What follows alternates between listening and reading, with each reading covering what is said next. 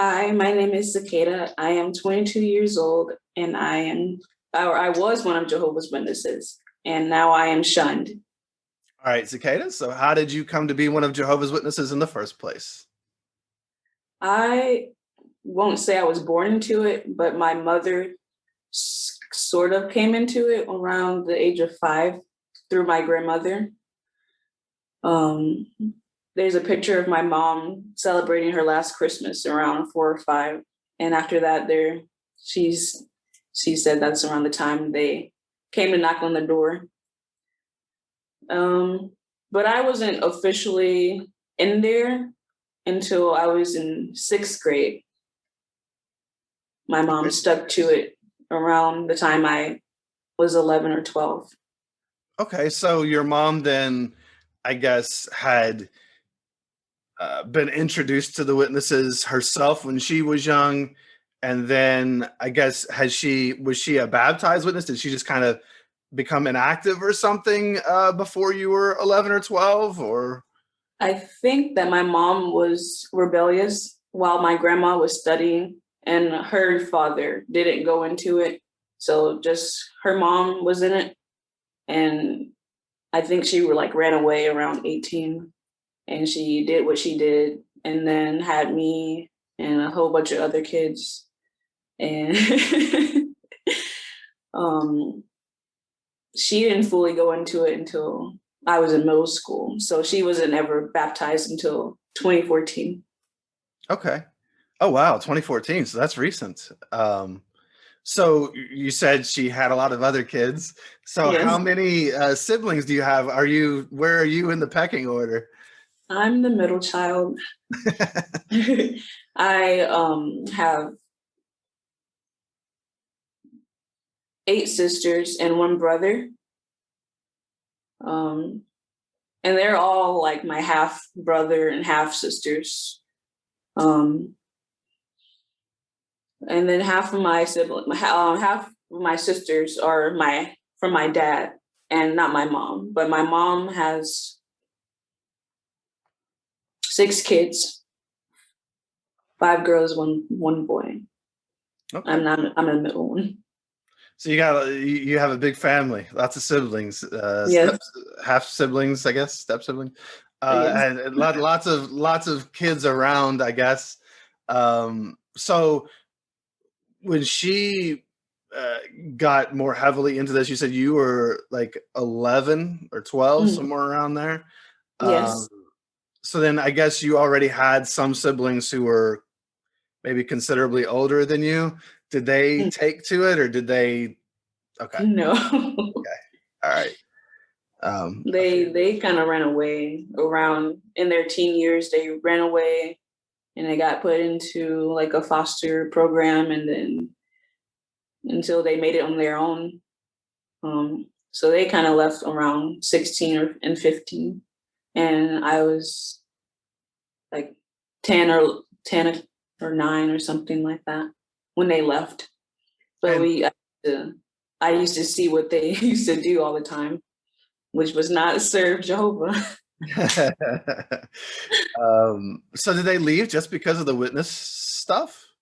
No, they Oh, were just they just wanted to do what they wanted to do. I think they had a lot of problems with my mom, or maybe they were the problem. I don't know. They would just do what they want. My oldest sister has like really unstable emotional problems. I think she's bipolar. Like she's diagnosed bipolar, and my her and my mom used to fight, like fist fight a lot, and it just was mostly. I think my mom was just trying to restrain her most of the time.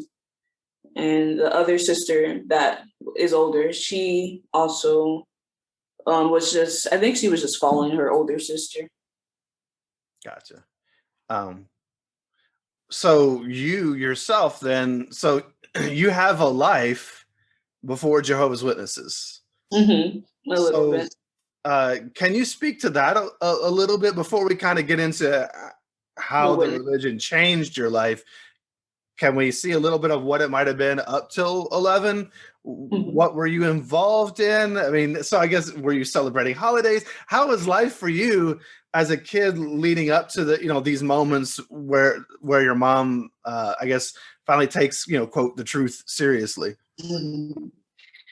It's weird because she would practice, like she would tell us to go to school and tell our teachers that we're not standing for the Pledge of Allegiance.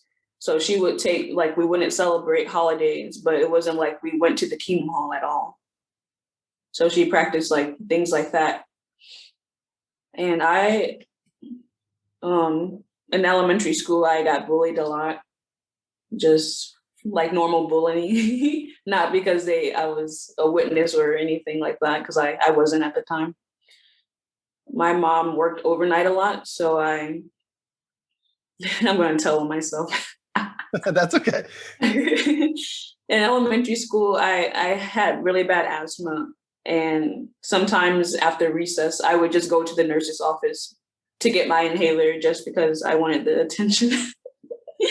My mom worked a lot overnight, so she wasn't really there whenever I got home from school. It was always my older sisters until they ran away.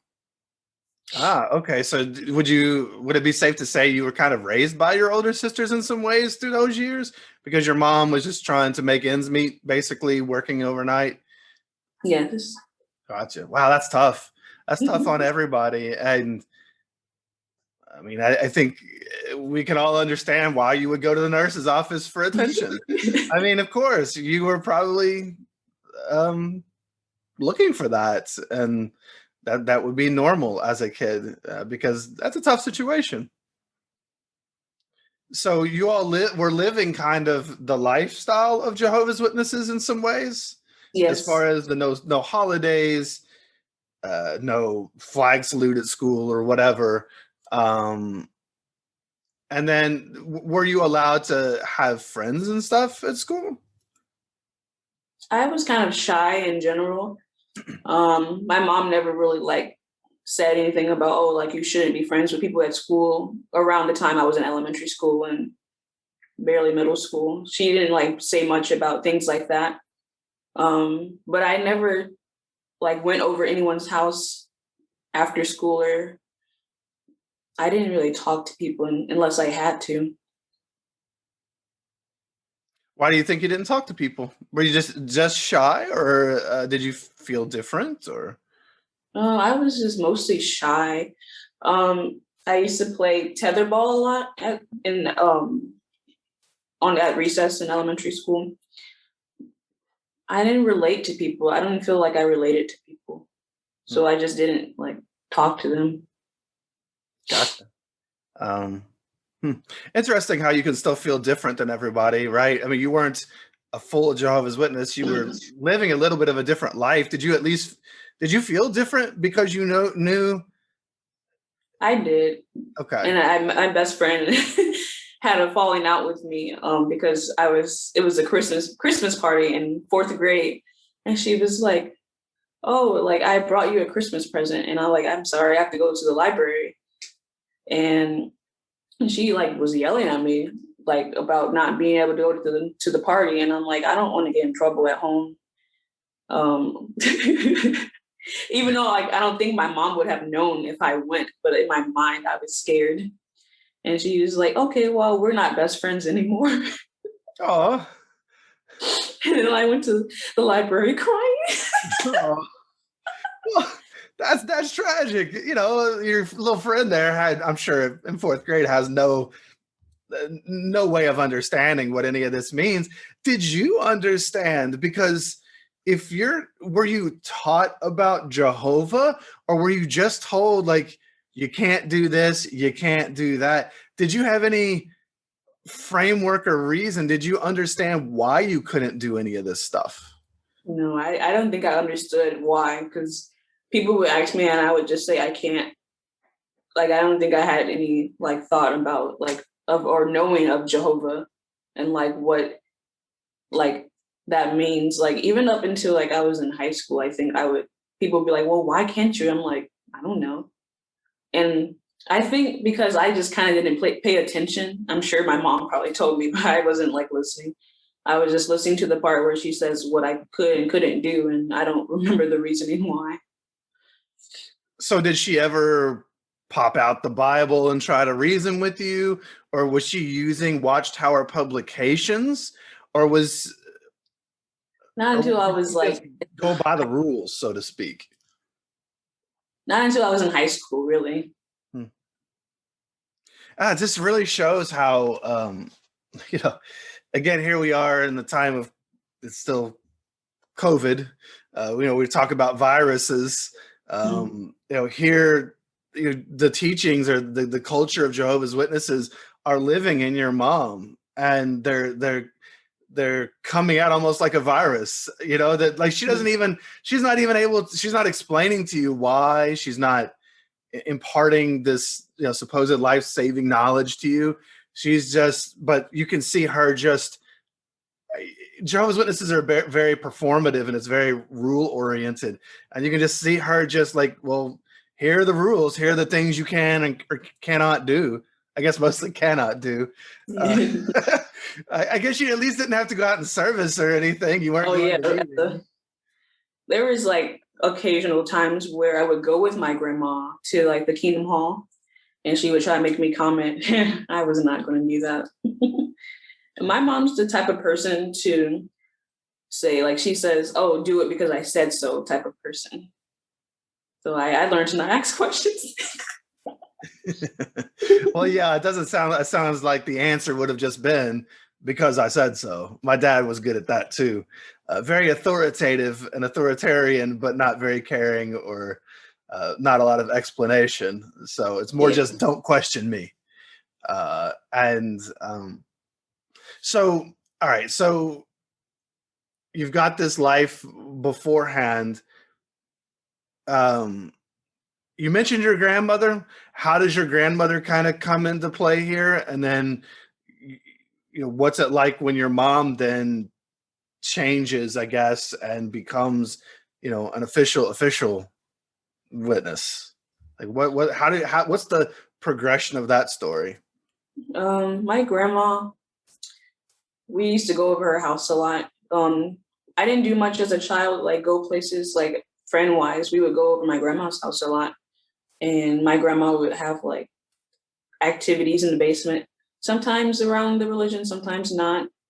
And the kids would like hang out, like all the cousins, and we hang out. My mom and grandmother aren't really close or wasn't close before. And then I have this younger cousin who was really around the religion, like since she was born. So I would see her a lot at my grandma's house, and she would say, "Oh," in the my book of Bible stories, she's like, "Look at all these animals, and aren't they? Isn't it nice? We're gonna live here." Like she's like 7, talking to me about like my book of Bible stories, and I was just like, "Oh, cool." I didn't care, and so she's still pretty like strong in the truth now. Truth quotation mark. Don't worry about it. I know it's hard to root that out. We all do it at times. I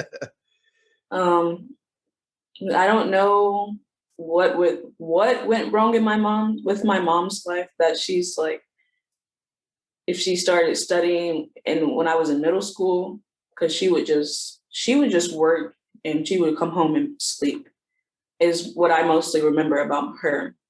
I think she had studies like on and off with different people, but my mom is really, she's a certain way. She don't like when people are late. She doesn't like when people talk to her like something. Like I don't even know what that means. Like she gets offended sometimes.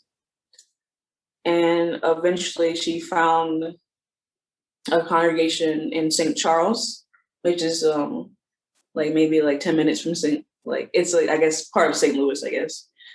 And she started studying with that lady, and she liked her. And I guess, like, I don't know how much my grandma had to do with that though. Like I think my mom was just trying to do what she thought was right. She was Sounds like, struggling a lot.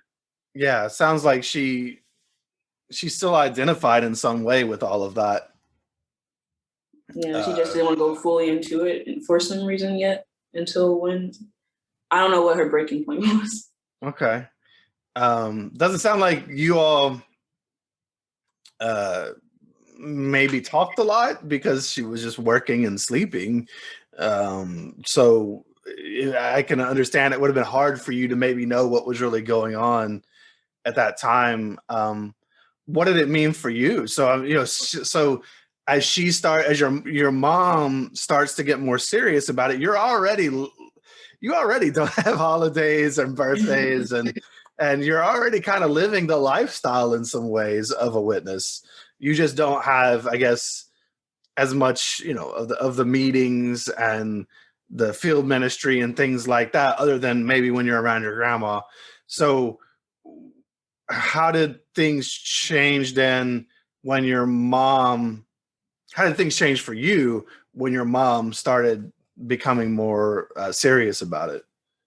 When she became more serious, she became more like, she would talk to us more, me and my younger siblings that live with her still. This is after my older sisters left. She would talk to us more like, oh, do you think you would want to start reading a Bible with someone? And I'm like, the Bible? Read the Bible with someone? I can read it by myself. No? And I was like, yeah, I guess I can, because she started talking to us more. I wanted her to be happy. So I wanted to make her happy by doing what she said. So I ended up studying around 7th grade, I think. I wanted to make her happy, so I did what she said. That is a very that is I think a lot of people listening right now are probably like, yeah, that was me. Because it's normal for children want to make their parents happy. We all want our mom or dad or whoever to be proud of us. And a lot of us are kind of wired as people pleasers in certain ways. And so it's normal to want to have your mom be proud of you or whatever the case may be. Or sometimes it's just keep the person happy, especially if they're punitive. It depends on how it is. So you weren't really into it yourself, but you were doing this for her, more or Yes. less. Okay. So how did it start changing how you saw things? What's the worldview that it gave you as you started to learn about it? I started judging people a lot more. Like before, I didn't really care about what people did, but people who didn't know like what I was reading, I would be like, oh, like they're smoking or they're having sex or whatever. Like I don't know why that was the first two things, but people who had crazy hair quotations, crazy hair, and I don't know, I started like actually disliking people that wasn't in the religion. And I really hate that about myself at the time. Well, so what that is that's ego. That's over identifying with a label, and that's something that we all probably had some relationship with because you are one of Jehovah's Witnesses. That's your label that you identify as, and so it's us, Jehovah's Witnesses, and them, all the evil worldly people or whatever. And it's funny that would you say smoking and sex were the first two things that like did you notice? Well, hey, Adam and Eve, the first thing they noticed is that they were naked in the Bible. Like, which is kind of I always wondered about that. Like, that's a really strange thing. The very first thing they noticed is that they were naked. Nobody else had clothes. Like, that doesn't make any sense on any No. that suddenly they felt naked and needed to be fashionistas. Get into clothes. It's a very weird thing. So it is funny what it is that might strike us, and I think sex in particular is one of the things. That's one of the hallmarks of Jehovah's Witness teachings, right? Is don't fornicate. Don't let's watch what we do and not do that. And so interesting that that's one of the first things that you picked up on when introduced to this. And the judgment. That's one of your first things too, because we were all very judgy. That was like way back. I started studying the Great Teacher book first with the daughter of the lady that my mom studied with. And the daughter of that sister lady is now out too. And I'm glad. But she studied with me first, and then the mother, the same lady that my mom studied with me, the Bible Teach book. Okay. So you went through 2 books then. And then the what's the last book before you get baptized? I don't even know anymore. They've changed so much. When I was growing up, it was the Live Forever book and the United and Worship book, and then I had the Knowledge book. And I don't know, they've changed so many of their, main study books that I don't even know what it is today. I think the last book was God is Love. I think that was the last book I studied. Okay. That's why. So you went through 3 books. So what made you get baptized? What's there's the moment when you're going to make that decision, or when did you get baptized actually? 2015, a year after my mom. Okay. So what made you then take the leap? I saw that she got baptized, and whenever I got into God is Love book, study conductor, she's like, well, we're progressing to the end of this book. Do you want to start thinking about baptism? And I was like, yeah, I guess so.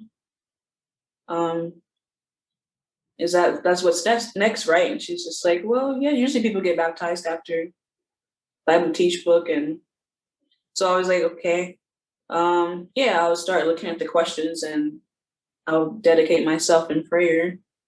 And I did pray about it. That was the weirdest prayer for me, because I was never really a person who prayed in that way. Everything I said was going through a list, okay, my life, food, things for my mother for giving birth to me, things for dogs and cats. And I don't know. It was just a weird thing for me always to close my eyes and say words. There's no offense to people who do it. I always just felt weird doing it. I did too. I could never connect to whatever that was I was supposed to connect to. Not really. I mean, if you think about prayer, it's kind of meditative. To close your eyes and focus on gratitude for what you have and things like that. And that could be a beautiful thing to do in your life, religiously or non-religiously. But I could never connect to, it sounds like what you were doing is you were going through the steps, just like through the steps of studying, you went from this book to this book to this book. Then they said, next step, dedicate yourself in prayer and get baptized. And you're like, well, okay, I'll then complete the task and do the thing that I have to do to get to the next thing I have to do. And it wasn't really something that you were super connected with. Yeah, I don't think I was ever really connected other than having an ego. I always just thought, oh, I'm just doing what I'm supposed to do. I'm just trying to do what I'm supposed to do. And then my mom, I think I was just worried because the way my older sisters turned out. So I was trying to show her that I was not going to have boys over the house when she was working overnights. And they would literally have sex in the living room.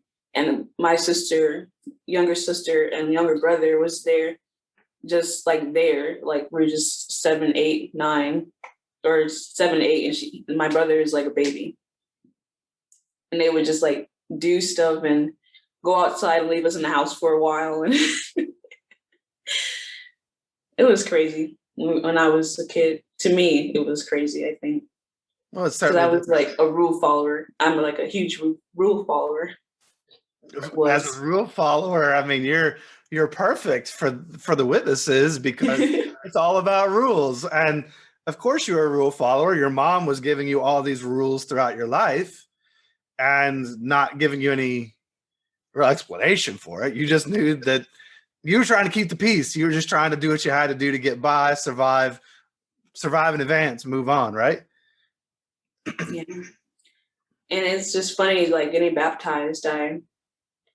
So I just went through the motions, and I think I even told one of the elders that in one of my judicial committees, and that's why they probably didn't invite me to the memorial. Because I had some friends that recently got disfellowshipped, and they were like, "Oh, we got invited to the memorial," and I was like, "Dang, they didn't text me, they didn't call me and invite me," and I was like, "Whatever." Yeah, that, well, who knows why that is. Yeah. Well, and interested to hear, how those judicial committee meetings went to whatever degree, because that also might be part of why. But I mean, not getting invited to a bad party is okay.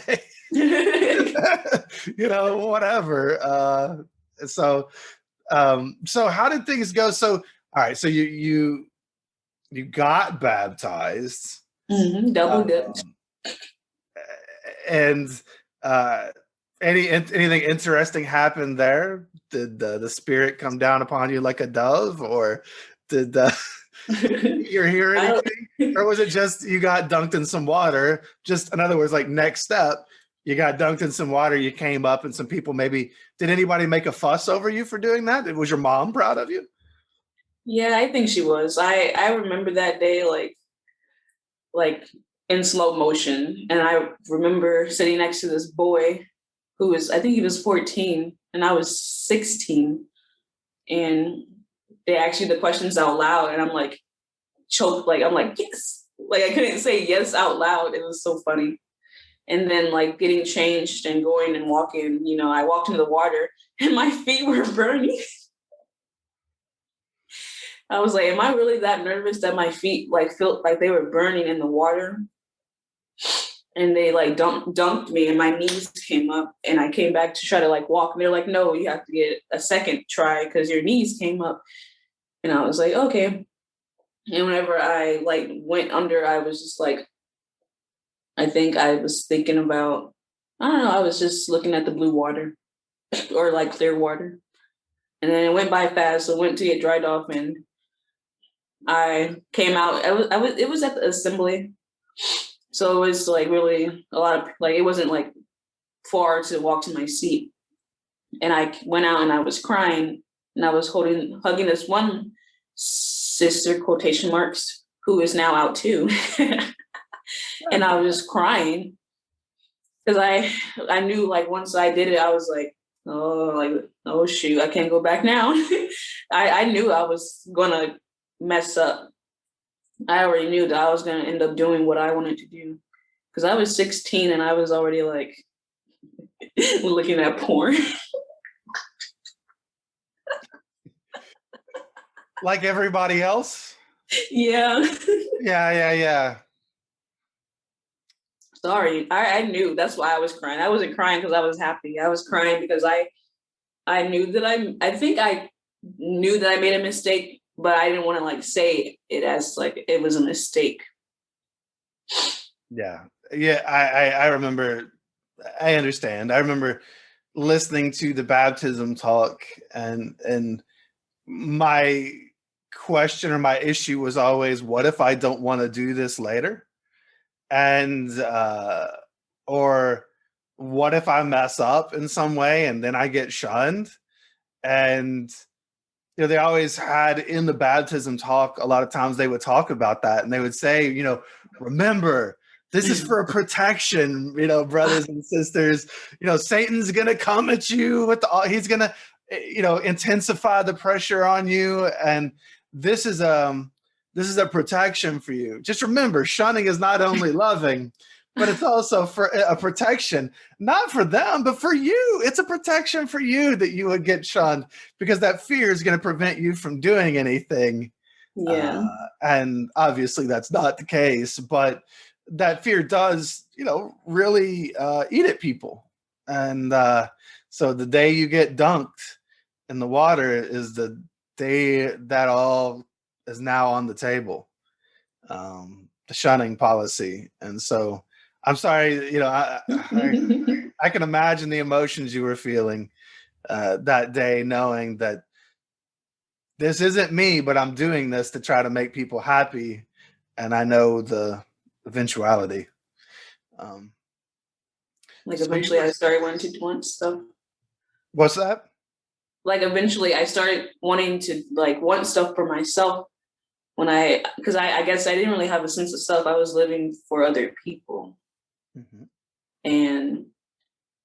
And like whenever the whole baptism thing, my mom's like, oh, this is really good. This is a slap in the face to Satan. She would like say that. And I'm like, oh good. I get to be violent in a way. In one way I can slap someone, Satan. But I'm like You could see even that the ego in I'm slapping Satan in the face. It's like it's just so like I'm doing this thing and I'm special and I've taken this step. It's very egoic. It's very very attached to the label of Jehovah's Witness. Very being faithful to Jehovah and very much taking a stand against something else. Man, they are so funny. Because after like one committee, like as soon as I just started like saying stuff that was like, oh, like she's probably leaving, she's not believing this anymore. He said, "You're not unique, you're not special." Like that's like the first thing he went for in my judicial committee when I started like saying I don't want to do this anymore. Yeah, now they got to take you down a peg. They gotta let you know you're not unique, you're not special. Not like them, of course. They're unique, Yeah. special. 8 million people who all think, act, believe, feel the same, but they're special. Um, so let's get to let's see how things went as we go toward those committee meetings. So you're 16, you get baptized. You know that this isn't probably for you. Yeah. But I guess so by that time you had to go out and service, go to meetings, all that stuff. So how did that feel as you've said you're just kind of self-proclaimed shy. How did it feel having to go out and do these things, get up on the stage and give talks, all of that kind of stuff? Oh, I forgot about giving talks. Sorry to re-traumatize you. Like I already have like a thing about speaking in front of people. I used to like take speech a lot. And that was like one thing I would just hate doing, like writing out the talks. And I would get help sometimes from my mom or the study conductor because she was really close with my family after she studied with me and my mom. And she would help me write talks. And it was like, cool, like I just have to read these words. And then she's like, well, don't like always like go by it. You have to like it's like bullet points. I was like, okay. And I would have talks with people that in the congregation that I was really uncomfortable with, sisters that were just like really strong, I guess, like the way they spoke. And I was just like a shy person. And she's like, well, you need to write this. You need to do it like this after the talk has been written. She's like, well, I think this would be a better idea, but it's like my talk. That would happen to me a lot. I'm like, okay, I would do that. I'll do it. I'll do that. And then going on stage and like commenting and things like that. After like doing it, I'm like, what did I say? Because I can't remember at all. Like, I'm like, I hope I didn't say anything like that. Because like, even during the watchtower, they'll be like, okay. And then I'll say, okay, sister. Like, they wouldn't say nice or good or whatever. Like they say after you comment, I'm like, what did I say? The rest of the meeting, I'm just like rocking in my seat. Like, what did I say? Oh, I the nerves where your mouth is moving on stage giving a talk, and in the back of your head, you're almost like, what am I doing? What am I saying? Does this make sense? Uh, as you're saying whatever it is you had to say. Plus, you had, and I think that's an added pressure that the sisters had when they gave talks. You had to give it with another person. Whereas as a brother, I got up, I gave the talk. Now, I mean, look, I guess it's added pressure each way. As a brother, it's just me. It's all on me how this goes. So if I sink alone. With the sisters, you had somebody else there to help if things started going wrong. But also at the same time, sometimes you might have had conflicting personalities or had a bad relationship with that sister or whatever the case may be. And so that dynamic's kind of being played out on stage, even in your talks. So that's difficult. And it's just funny how after you give the talk and they give you your counsel after your talk, and I'm just like, usually I don't even hear half of it. They're like, okay, we're going to keep you at this point for the next time, or we're going to move you forward to the next point. But I wouldn't remember. And then they would say, I'll talk to you more after the meeting. But I wouldn't like hear any of that when it was like my turn to get counseled or whatever from the stage. Is that because you were so nervous that you were just kind of dissociating a little bit, just kind of, or in your own head? I think so. Yeah. I think I was just looking around, like even looking around on stage, it was so weird. People were just like sitting in their seats, just watching them, just like laughing, looking at people. Like even towards the end. There's something when you're a brother, when you're a sister, you can look at your householder. When you're a brother, you're looking out at the crowd, and everybody looks so bored. It's just or unhappy or whatever. It's like, wow, this is just terrible. But you do what you have to do to get by. It sounds like that's what you were doing. So you're 16 doing all of this stuff, I guess, for the first time as you've gotten baptized or around that time. And I hated service. I hated field service more than anything in my life. I can imagine. What was it you hated the most? I mean, was it just talking to people in general? Did you feel fake talking to people about this stuff? What was it? Oh yeah, I was fake talking to people. Depending on who was driving, like when they put you in a car group with people, and I would just like get car sick so much from whoever, like a specific person would drive, and I'm just like, I think I need to go home. They're like, oh no, like we're gonna do these doors and then you can go home. I'm like, okay, but can you please stop turning the car like that? And just like people were mean at the door, or they would say, I feel sorry for you. I'm like, for me, I feel sorry for you because I'm talking to you about the truth, quote unquote. So like when people would say that, I'm like, why do they feel sorry for me? Mm-hmm. It was the weirdest thing I used to hear at the door. Yeah, that's that ego again, right? I feel sorry for you. You're the one who's going to die at Armageddon. You're the one that doesn't have the truth. You're not listening to, what was it they used to say? Like Jesus' disciples, wipe the dust off your feet and move on, and leave those people behind. And I just have to comment on the car sick thing. I used to feel it sometimes too. It was like, oh my God, can I please open a window? Can we get some fresh air in this car? Yeah. The cars were always hot and stuffy and stale. And everybody's in there like packed together. Yes, I was skinny. I always had to sit in the middle on the hump of the car. Me too. Yeah, it's just a nightmare scenario. The only thing I liked about service was when random dogs came out the house. You got to play with the dogs. And they're like, oh, I'm sorry, I have to go. I'm like, no, it's okay. Please do go. I don't want to talk. Actually, I really don't want to talk to you. Yeah. And then like my favorite when like this one guy, he came out with like, I forget what kind of book he had, but he was like a college student, I'm sure. And he was battling the study conductor. She was with me at the door. And they were talking about the water cycle. They were talking about different things that like with science and stuff that like was like either not lining up or lining up. I don't know. But I was like, I remember just being there like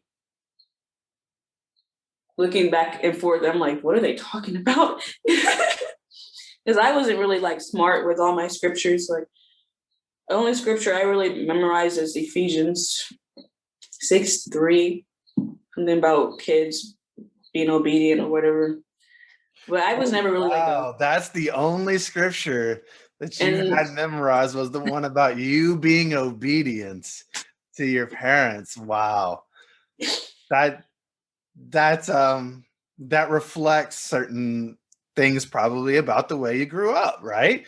You were taught to be obedient, to be that people pleaser, and those oftentimes were the verses that we were hit with a lot. Things like that are now I liked how I believe that goes on and talked about parents not exasperating their children.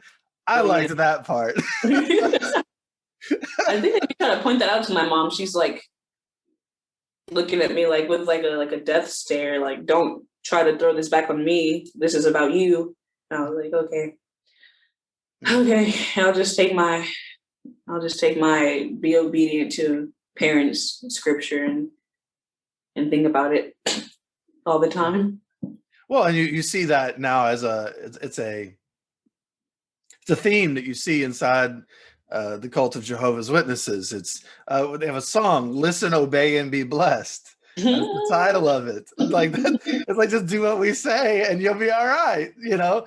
And the obedience is obedience and loyalty are really hammered home a lot, um, and it's a matter of it's a reflection of that same scripture, right? Just about just just obey, and that's and then it will go well with you, which isn't necessarily the case. Nope. And my So mom, like, she was like, I guess, like, I know everyone tries their best, but she would like, I would argue with her around middle school days, early high school days, and she would always throw this thing. She would always say, "You're not on my level," which I never understood what she meant by that. Like I did, but I didn't because I wasn't an adult, so it doesn't matter if she should respect me or not. But I always have to show her respect because I'm not on her level. um, again, that gets back to that ego and that authoritarian way of being. It's like I'm up here, you're down here. Never forget that.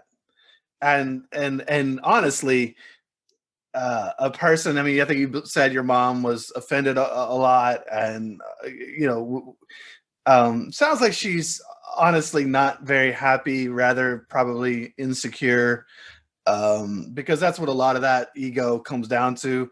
It's compensating for insecurity, and it sounds like she's probably and I say that with compassion as well, because she probably comes by that honestly.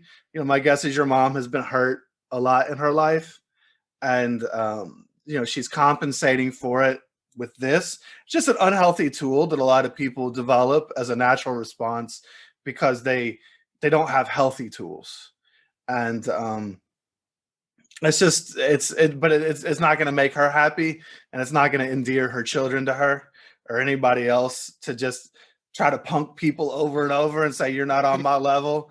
Like, Yeah, you they know, did that. that's not something that makes people love you.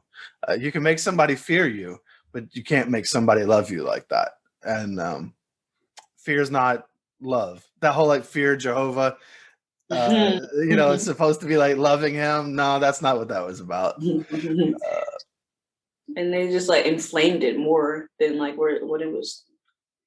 Like I feel like after her like studying and getting baptized, it inflamed like more of her like making those comments about being on the same level, and after a while I just couldn't take it. And then one day we were arguing, and I was just like, from like now on until I move out, I was 19, I'm tolerating you. And I felt so bad about saying that, but I was like, I can't, like, I just will tolerate you, I guess. until time to leave. Yeah. So then, you know, what was this path you've kind of talked about how you got into it. 16, you're baptized. You're 22 today, and you're out. So, what was going on? 18. A lot of times, people are graduating high school, going off to college, jobs, whatever. What were you going off to? What did you want to do? How did life progress as this chapter of your life ended up coming to an end? I thought about what I wanted to do a lot, because after I got baptized, I was thinking, oh, I guess this is when I have to get married. So I did look at brothers sometimes, but I didn't like I liked some of them, but I didn't really like. I can't communicate with people well, and I knew that it was never going to work, and I knew that if I got married, the only reason I was going to get married was to have sex. Yeah, that's And why a lot of Jehovah's Witnesses get married. Yeah, and that's why they often have really terrible marriages, because that's the only thing they have in common. yeah, so like, and there was like quite a few young people in my congregation, and I thought like I was supposed to get married, so I was waiting for that. But and I tried to be in good standing, and I tried to auxiliary pioneer. Like I never became a pioneer. I made 24 hours 1 month. So I didn't go out in service a lot. So nobody was gonna look at me as a potential wife. So I knew that I wasn't gonna get married anytime soon.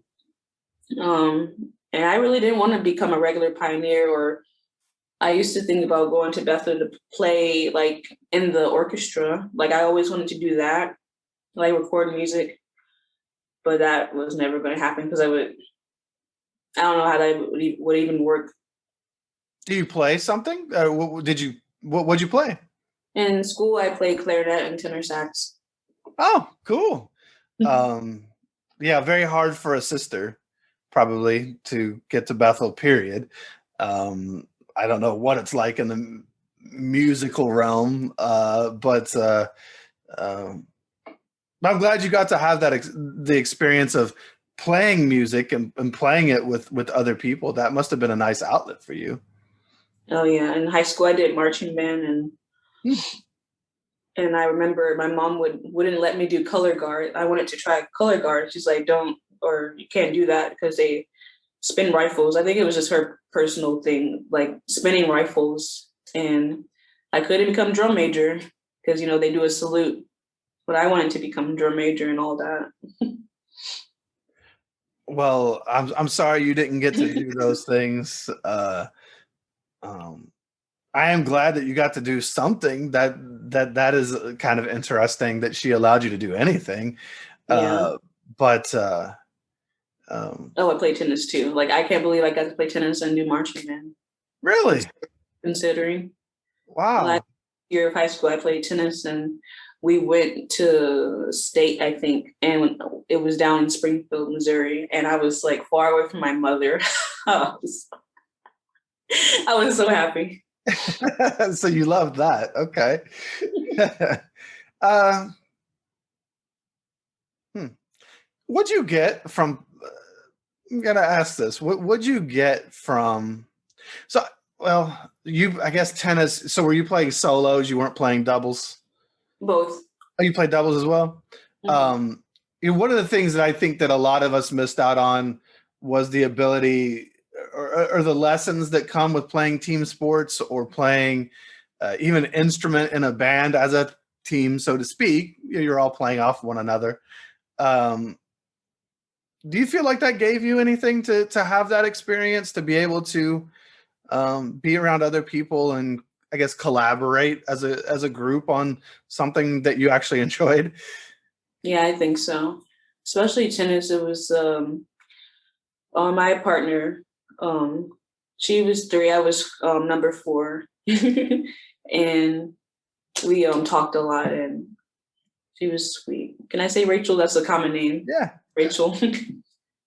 She's really sweet, and I didn't really talk much about the religion when I was in there, until like my mom started being adamant whenever I had practices on Thursday nights were our midweek meetings, and she would just threaten me so much, like threaten me like with taking it away. Because if I was late coming home or anything like that, like even marching band, I don't even know how I got to do it Tuesday and Thursday practices, and I don't even know how I learned the show because I always had to miss Thursdays going.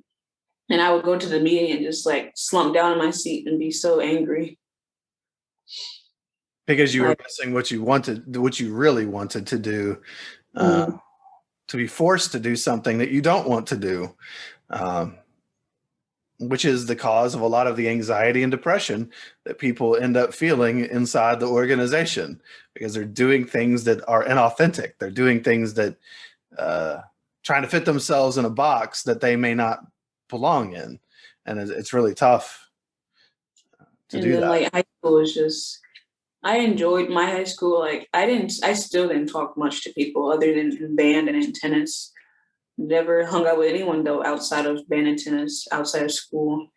And then I did get to go to homecoming as a freshman. And then it came to senior prom, and my mom, she made me read an article, and she's like, okay, after you read this, tell me if you still want to go. And I read it, and I was like, I still want to go. And she's like, well, you're not going. And I was just like, all right. Yeah, you were mistaken enough to think that it was your choice after reading this article. No, she was telling you how she wanted you to feel by giving you the article in the first place. It's that passive aggressive JW nature to do things like that, try to guilt you and shame you so you don't want to go. Uh, so you didn't get to go to that. So how do things progress from there? um, that was around 16, 17. Mm-hmm. This is all happening like so fast, 17, 18, maybe.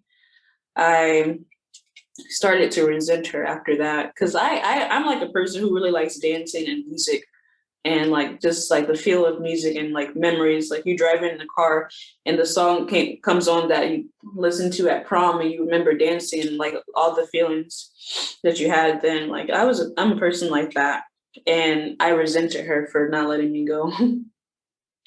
And I ended up finding there's these couple, this elder and his wife that moved to our congregation, and they had, this is complicated. They brought up twins. They're Filipina. They're girls. Um, they brought them they didn't bring them from the Philippines. They brought them from Saipan. They were born there, so they were able to come to the mainland US. And they became really good friends with me. They're 2 years or a year older than me, and I would hang out with them a lot, and that kind of made me feel a little bit better about not being able to do things at school. And I would like go. They have a house out in the country area, country area of like Wentzville, St. Louis, St. Charles, Wentzville, like area. I know you don't know like probably all those. No. Like, so it's like a country-ish area. So I would do stuff with them, and it was always, oh, we first have to study the Watchtower, and then we will go have fun. And they speak Tagalog too. I miss them. I miss them though. Man, I would use a lot of fun. So you got to be really close to them? Yes. So they were like up here. I don't know if they were fully adults. I don't think they were adults yet when they came up here, but they lived with a couple that were there. That wasn't their parents. They were just a couple in their congregation, and they helped them a lot and got them cars. And I went on a lot of adventures with them, which was pretty fun. And the elder, he's like really like vulgar, I guess, like for an elder, if that is the right thing. Like the things he said, like one time he came over my mom's house and my mom wasn't like, I guess, dressed well enough. Like she had like a tank top, like it was like a cami, so the straps are like this, and like she wasn't wearing a bra, and he like said like something about having her like boobs free and something about being in her house, and like, but he was like complimenting her at the same time. He was an interesting like person, and even during his talks, if he could bring up like something like that was kind of like weirdish, like I think he had an example one talk, and he was talking about how the society sexualizes a lot of things, and he's like talking about a shampoo commercial, and the girl's like moaning in the shower and washing her hair and something like that, like, and he was like moaning on stage. Okay. Well, look, I gotta say, just the fact that you're noticing these things, so clearly there's it's standing out. Yeah, I always got a weird vibe from him, and one day he asked me to spoon, but of course I didn't. I just like walked out the room like. Wait a minute, you said one day he what? Asked you to spoon? Mm-hmm. Mm-hmm. Like I was at their house. The twins were there. They were in their room or outside or doing something. And I was just walking in the house. And he was in his room and he asked me to come in there. And he like said that. And I walked out. Good for you. I'm 43 years old, almost. I've never been asked to, just random people ask me to spoon. That's just kind of that's an odd request. Just walking through his house like that. I'm glad that you did not, because I'm afraid that might have led to more.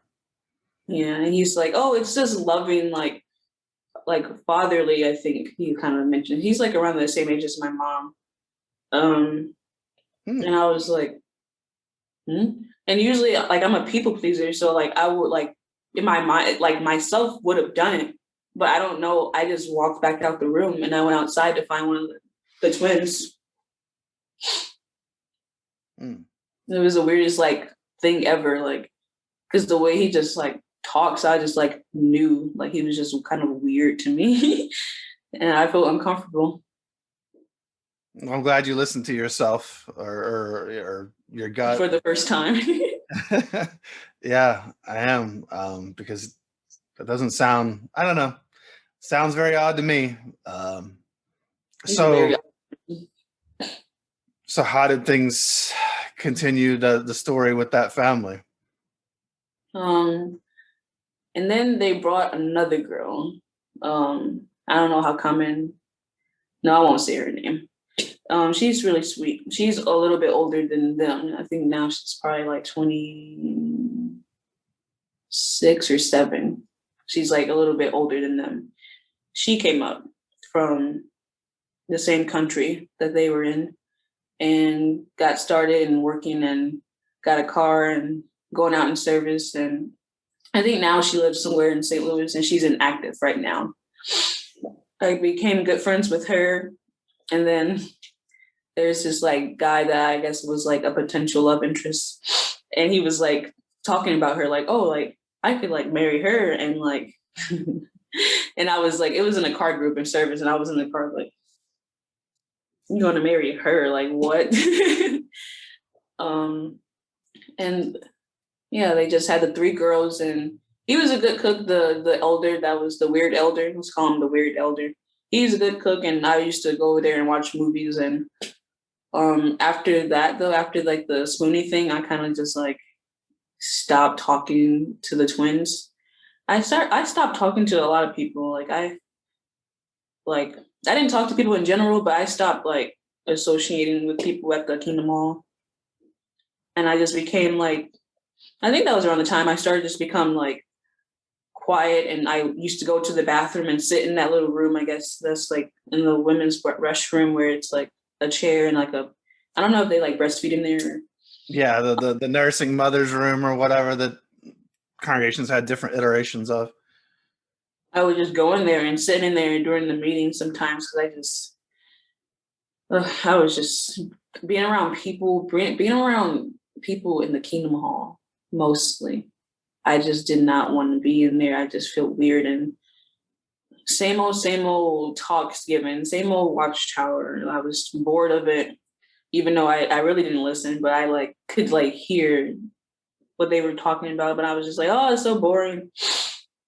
And then like I would do that, and then some days I had like good days where people's phones would go off in the Kingdom Hall. They forgot to silence them, and I don't know if somebody was watching a sports something because the brother was giving a talk about resurrection, and he was on the part like saying like just think about if you could see your mother again, your father, your sister. He was like doing dramatic pauses, and someone's phone went off. It was like, did you see that? Like a sports announcer.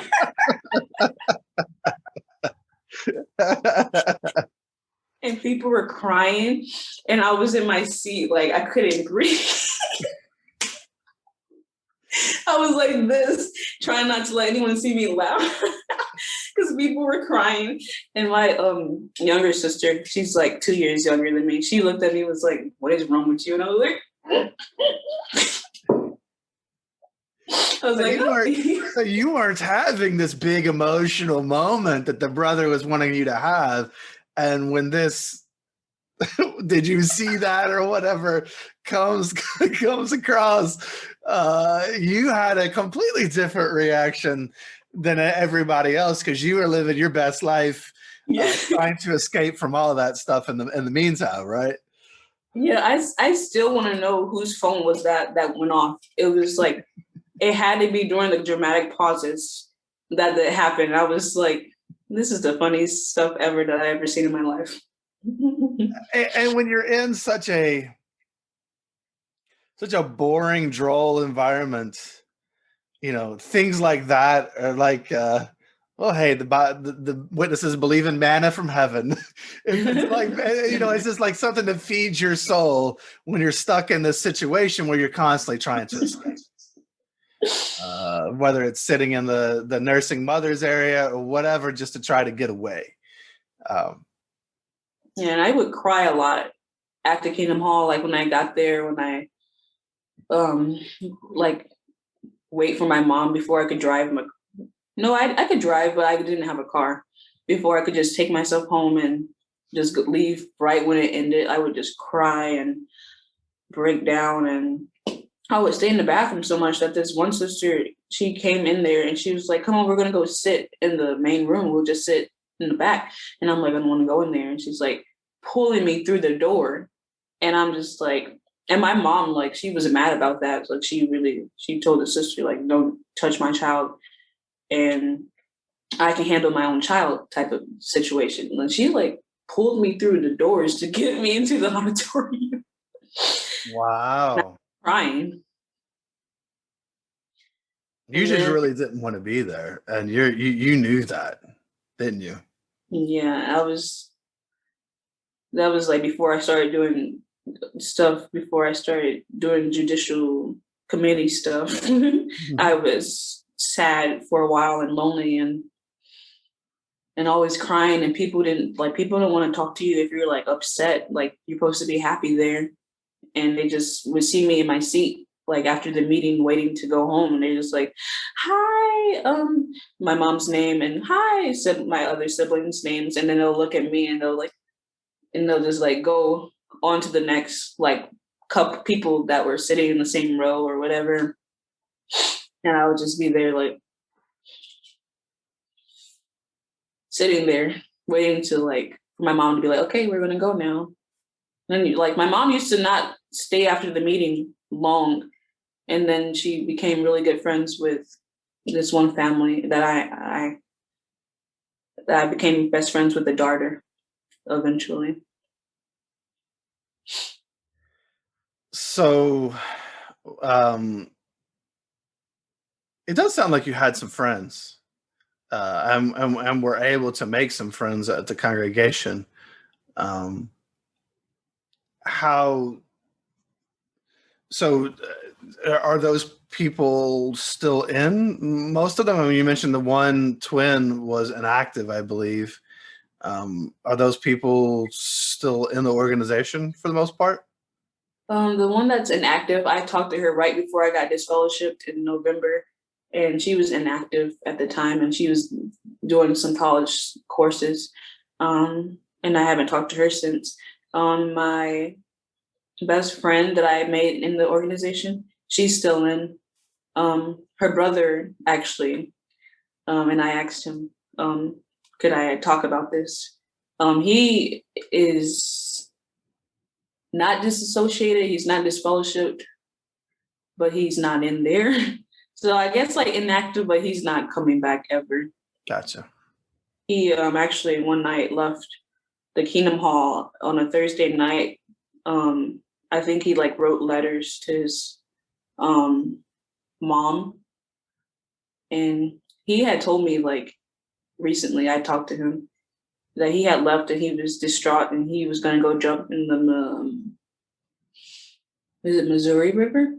I think that's the Missouri River, because that's the one where like our congregation is next to. He was so like stressed from the organization, and I wish he would like talk about his situation. I won't talk much about what he had to go through. And then ever since then, like I think they gave a marketing talk about him and how, like, should we be friends with people who don't want to be at the Kingdom Hall? I think they gave a marketing talk. And for a while, I didn't talk to him. And I used to be really mean to him and judgy to him. He's kind of sensitive. Sounds like he's been hurt a lot. And, I don't know if he hears this. I hope he reaches out to somebody for some help if he's feeling this desperate, whether a suicide hotline, a therapist, reach out to me. I'll talk to the guy, whatever. I hate that he feels this way, and there are better options. But I've been there, and I understand the desperation that he must feel, and I'm just sorry that he has been put in positions in his life where that feels like the only way out. But life can get better, and I'm glad I didn't go through with things in my past, and I hope that he never does. If he hears this, don't let them take that too. Yeah, they took enough. He got baptized the same year as my mom, and he was 14, I think, too. He was 14, is 14, or was 14. I'm getting my past tense. Yeah, he's still 14. He's still 14. He is now in college. I think he's finishing it out. And I think he had scholarships. He's a really smart kid. But in the organization, they were just like, he was just pressured into a lot of stuff. Like he would read, I think he read The Watchtower. He was like 15 years old. He handled the microphones, of course. I think handled literature at times. I don't know. He just seems like he was always at like I would sit behind the family. He's like twisting his hair. Like it's just things I like would notice whenever I stopped paying attention at the Kingdom Hall. I would just see him do that. And then one night he just did that. I couldn't and I remember that night I went home early. For some reason, my mom was like, oh, because I said my head was hurting. She's like, oh, okay, go home. And I had drove my car that day, and she called me and was like, have you seen my best friend's brother? My best friend's brother. I won't say his name. And I'm like, no, isn't he at the Kingdom Hall? She's like, no, we haven't seen him. I'm like, but he was there, right? She's like, yeah, they found letters and he walked out and we can't find him. Like, okay. And she's like, go by the house and look and see if he's there and call him. And eventually they called the police, but the police couldn't like do much until like after a certain amount of time, right? Like 24 hours or 48 hours or something. Eventually they found him. There's one guy found him that was in our friend group, down by the river. And he was fine physically. And then I remember the next day, or maybe it was the next week, the elders tried to go over and talk to him, and he wouldn't talk to them. And I'm like, and then they gave that talk, and I was pissed off the whole time when they gave that talk, because it was like, he's going through a hard time, and you're worried about if somebody should be associating with him. Mm-hmm. That's what Jehovah's Witnesses do. As I've said many times, Jehovah's Witnesses shoot their wounded. They don't help them. They put them out. And they isolate them and make it even worse. And then bad things happen. And they take no responsibility for it. And it's truly a cruel organization in that way. Very, very cruel. And I can tell that obviously you care about this guy, and I hope that he can see that other people care as well.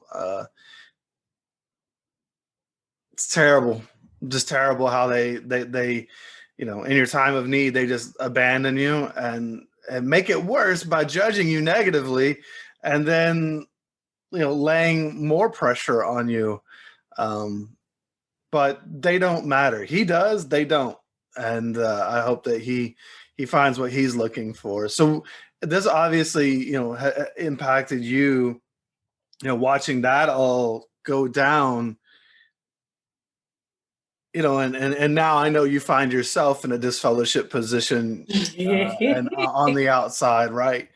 So how did your story end up going to that place? But also, now you see an example, you're feeling it yourself, of that isolation and what they try to do to people to break them, to make them come back and do what they want them to do. It's gaslighting in a lot of respects. So what happened with you? I think like whenever they gave that talk, I started, I guess, like waking up, or like starting to be like, really? Like, this is what they do? And which This talk other was? treat? Oh, the marking talk. Mhm. Ah, okay. I started like getting like offended, and then I was like, whatever, I'll just keep doing what I'm doing. And then eventually, I started getting like, I guess, interested in like boys. And I had this like guy that I can't do it. It's too funny. Like, it's too funny. This guy, that was my friend on Facebook, and he would post a lot of like sexual stuff. So I was just like, I just formed a plan in my head to lose my virginity. But I did it to him. And I talked to him, and he went to my school, to my high school. This is like after I graduated high school. So I'm like 18, 19. I started talking to him, and he was pretty nice. He was interesting in the way he acted. But eventually, like, also my mom had my phone, had the Life 360 on there, so I had to be smart about where I went. Oh, is that one of those like GPS tracking things so that they can? So, so your mom was tracking you on Yes. your phone. All right. Like, I didn't really leave the house in general other than to go to work. But if I did leave and go somewhere other than work or to the store, and then she would ask me about it. So I was like, oh, I'm just gonna go ride my bike. It was like summertime. And I would meet with this dude, and he would talk to me, and he's Puerto Rican. So, and I think he grew up in Puerto Rico until a certain age. So he still had like a nice accent. So I would just like look at him while he's talking, and we would kiss and stuff, and like I didn't like go farther than that for maybe like 2 weeks. And I would just like go back home, be like, okay, I finished riding my bike, Mom. And she's like, oh, cool. I'm glad you're getting exercise or leaving the house or whatever, other than to go to work. Like, she's sometimes like lighthearted or like more not grumpy. She's like not tired or something, and she would talk. And then like I think a few weeks later, we like try to come up with, we would like video call, like sexting. Yeah. And I would like do it like in the bathroom, in the shower, like with the shower on, because like everyone's home. Like all my siblings were home, and my mom was always. My mom works from home because of my brother, but she would be at home, and I would just have the shower on, and this is like my first time seeing like body parts that aren't mine, and I'm like, oh, cool. And then eventually we were like, oh, this is not enough. So like, let's like actually like meet up. And we went to like hang out, and we went into the woods. I went to the park and said I was just gonna go take a walk in the park to my mom. So if she looked on a map, it looked like I was in a bunch of trees. And I like brought a backpack with like a little like picnic blanket and such. And we didn't do much. We just like kissed, and he like touched me like second base. Is that second base? Second base. And he just showed me like himself. And then I was just like, oh, cool. And then we left. And I drove him home. He didn't drive, I drove him home. And then I went back home, was just like, okay, cool. And then like, I think at one point in time I got mad at him because he was really mean about the religion. Like, I don't know. I don't know. I didn't care, but I did care because the way he talked was like really mean. He was just like, oh, those people are no good for you. I don't even know why you would be in that. Like, it was my choice in the first place. And I was like, oh, that's me. Like, I'm not judging you for what you're doing. Like, don't say that to me. Don't tell me that what I'm doing is wrong or whatever. And then I stopped talking to him and blocked him. And then I told him myself, maybe like a few months later, I told one of the elders first, or one of the ministerial servants first. And then they're like, okay, we'll get together and we'll get this elder and that elder, and we'll talk to you. I blocked him and I told him myself. And they got the elders together, and they got they asked me all the details of what I did and how long, and like, and they had three meetings with me. Like, first was just two elders, and they asked me what I did. And I told them, oh, we were in the woods, and they said, does anybody else know that you did this? And I said no, because I didn't tell anybody. Because I didn't like know at the time why they needed to know if I told anyone else. I didn't know about that. And I'm glad I didn't tell anyone. And then they privately reproved me for that time. And I was like, okay, cool. Like, I won't comment. Like, I don't care about not commenting. I haven't been active in the Kingdom Hall for a while. I've been crying and sitting in the bathroom and laughing at people's phones going off. So I didn't care.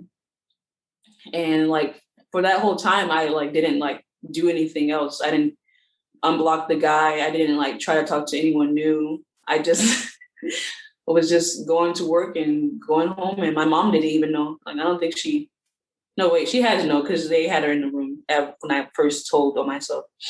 So I was like thinking my mom didn't know. No, she knew. I don't know if she knew the extent of what I did, but she was in the room for the first part of me telling that I did something in general. And I think it was like October until like February or something like that. And then I got all my commenting privileges back. And I was like, cool. or I think I did something right before I could get my privileges again. It was a guy from work. But the guy at work, he was from a different, I worked at like a respite care home. Oh, so we always got a lot of people with autism, and I like help with daily activities. Oh yeah.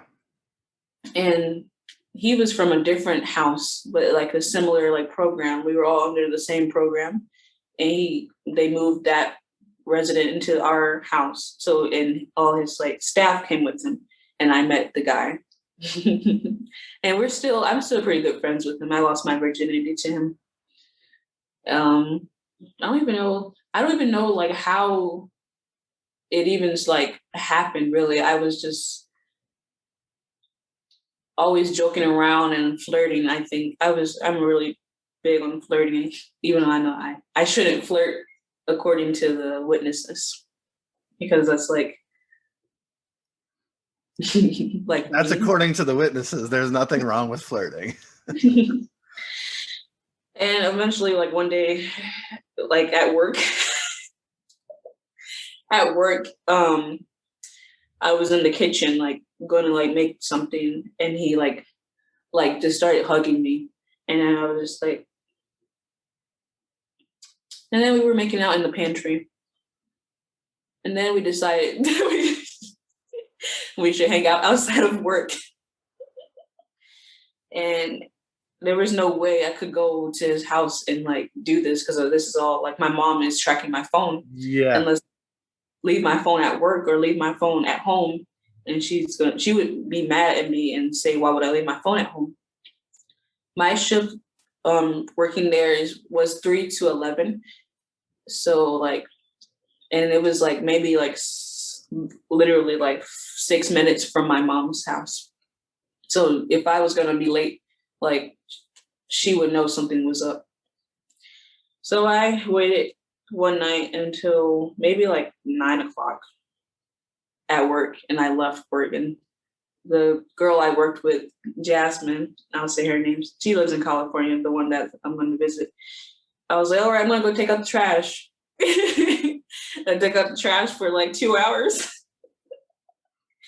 And I went to go, we didn't even go to his house. We went to, he drives a Jeep, and we just, we did it in the Jeep. And that's how I lost it. And I came back right before it was, what is it called? Report, because they report for the overnight people from the people.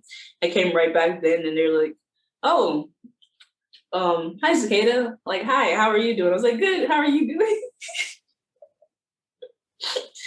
And I was like giggly and doing the report. And then I went home, and I just stayed up and like, I don't know, just reminisced. And then I was just, and I don't think I told on myself for that. I didn't tell on myself for that time, because I was like, oh, I just got my privileges back. I'm not going to like say anything. And I just like kept it with me for still forever. No one still knows about him. And I became good friends with him. We never dated or anything. We just was like friends with benefits.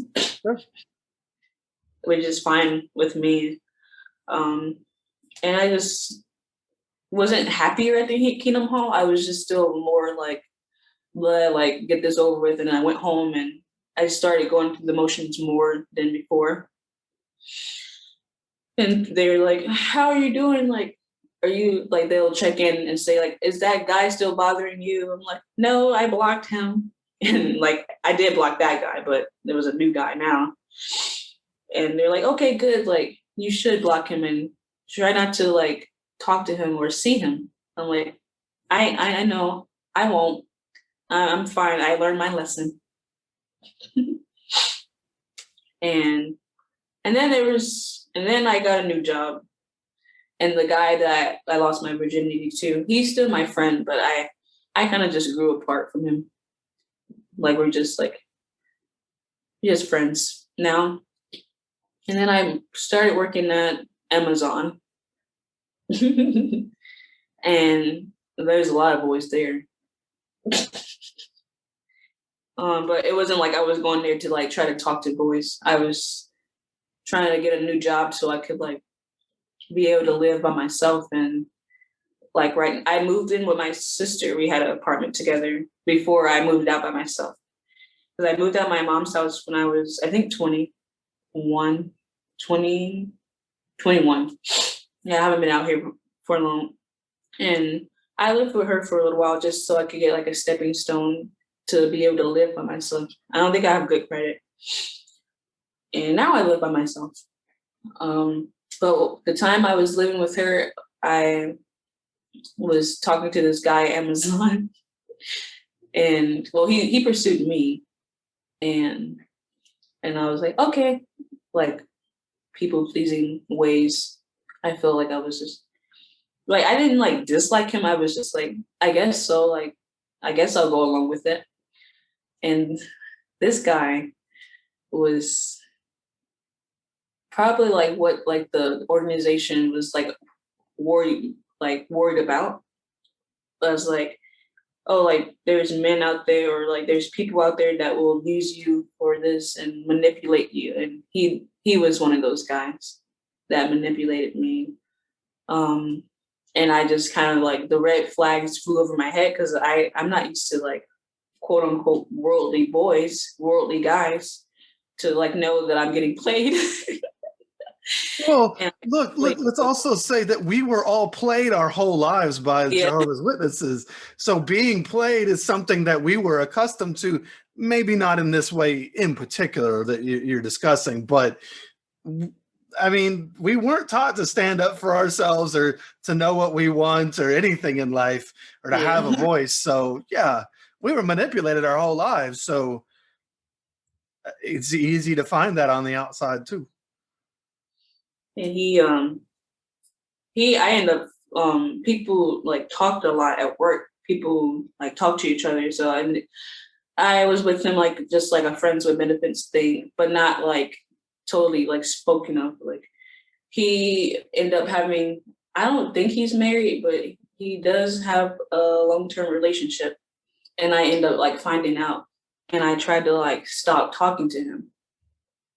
And he like went through all this, I love you, whatever he had to say to try to get me to keep having sex with him. And I fell for it. And then eventually, I don't even know anymore. Like what's even happening. He, and I've been to his house like a few times. So it's like weird because maybe I wasn't all the way into his house, like notice someone else is living there. And it took me a while, but I stopped talking to him, and I end up telling my mom about him, and he about what was going on with him, and my mom's like, "Oh, I think you should talk to the elders about it." So in my mom's mind, she's thinking I lost my virginity to this guy, like she does not know about the other guy. And I was like, okay, I will. And then like throughout the week, I like still haven't talked to them. And she's like, Kata, like, please, can you please talk to them? Because I don't even know if she like knew that I didn't talk to them. Like it was weighing on her mind. And I was like, I will. And then next thing you know, she's like, there's this one elder like calling me like, hey, your mother wanted us to talk to you. And I was like, this lady told on me. She told on me. Parents do that all the time to their witness kids. And I was like, and she's like the most like person to like snitches, like the whole snitch thing. And then they like talk to me. This is my second separate judicial meeting. And they're like, well, your mother had some concerns about you. And I was like, oh yeah. And she's like, and they're like, oh, do you want to tell us what's going on? And I was like, oh, I've been sad and lonely, and I just have a hard time sometimes. And they were like, that's it? And I was like, yeah. And they were like, are you sure there's nothing else? I was like, yeah. And then they're like, well, your mother mentioned some things about a guy. Did you think you could tell us about it? And I was like, what did she say? Because like they're trying to make me tell her myself. I don't want to tell her myself. Just tell me what she said, and then that's gonna be, you already know what's going on, so tell me. And so they made me tell myself for the second time, and that time I got publicly reproved, and they announced my name, and I was a little bit nervous about it, but I think around that time is when I started to not care anymore. And then they like checked in on me on that, and it's really, really weird because the final time that got me disfellowship was a different guy. And I've been having like a lot of parties. Or I'm like, I don't know, something. The fourth guy, I told him myself that time. And COVID happened. And so they talked to me and was like, okay, we're gonna have to set up a meeting. And then we didn't set up a meeting that happened like in June 2020. And then it was all the way to September, I think October is when I finally like had the judicial committee for that one time. Was that that judicial committee, because it is in the time of COVID, was that held like on Zoom or something, or did you all actually meet at a Kingdom Hall? How did you have the judicial committee? Oh, we met in person. Okay. Like the first, when he talked to me on the phone, it was on Zoom with another elder.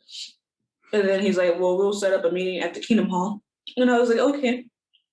And it was all the way, they kept trying to call me, and I was avoiding their calls for like a month, which I don't know why they didn't just disfellowship me then when I kept not answering.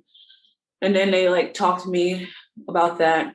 And then though they didn't say anything, they were like, well, we'll have to discuss this more. We'll get back to you with our decision. And when they said that, I was like, oh, I already know I'm disfellowshipped. I know that I'm going to be disfellowshipped. So after they try to keep calling me, I didn't answer. And I had just moved out at the end of October of my mom's house, because I was with my sister and she kicked me out because we fought. And I ended up being with my mom for a month until I moved into this apartment. And I moved out of my mom's, and I kept avoiding the calls of the elders. And I was like, okay, I'm good. And next thing you know, there's a letter I don't know if I still have it though, that says, we think that you should be disfellowshipped. You have 7 days to appeal this letter. And I was like, how the heck did they get my address? And my mom told me that she gave them it. I'm like, okay, you're the main person who doesn't like people knowing where you live. Like, she's really adamant about people knowing where she's at, or some type of, I guess, like the way she grew up type of mentality of no one needs to know about where she's at. While she tracks your phone.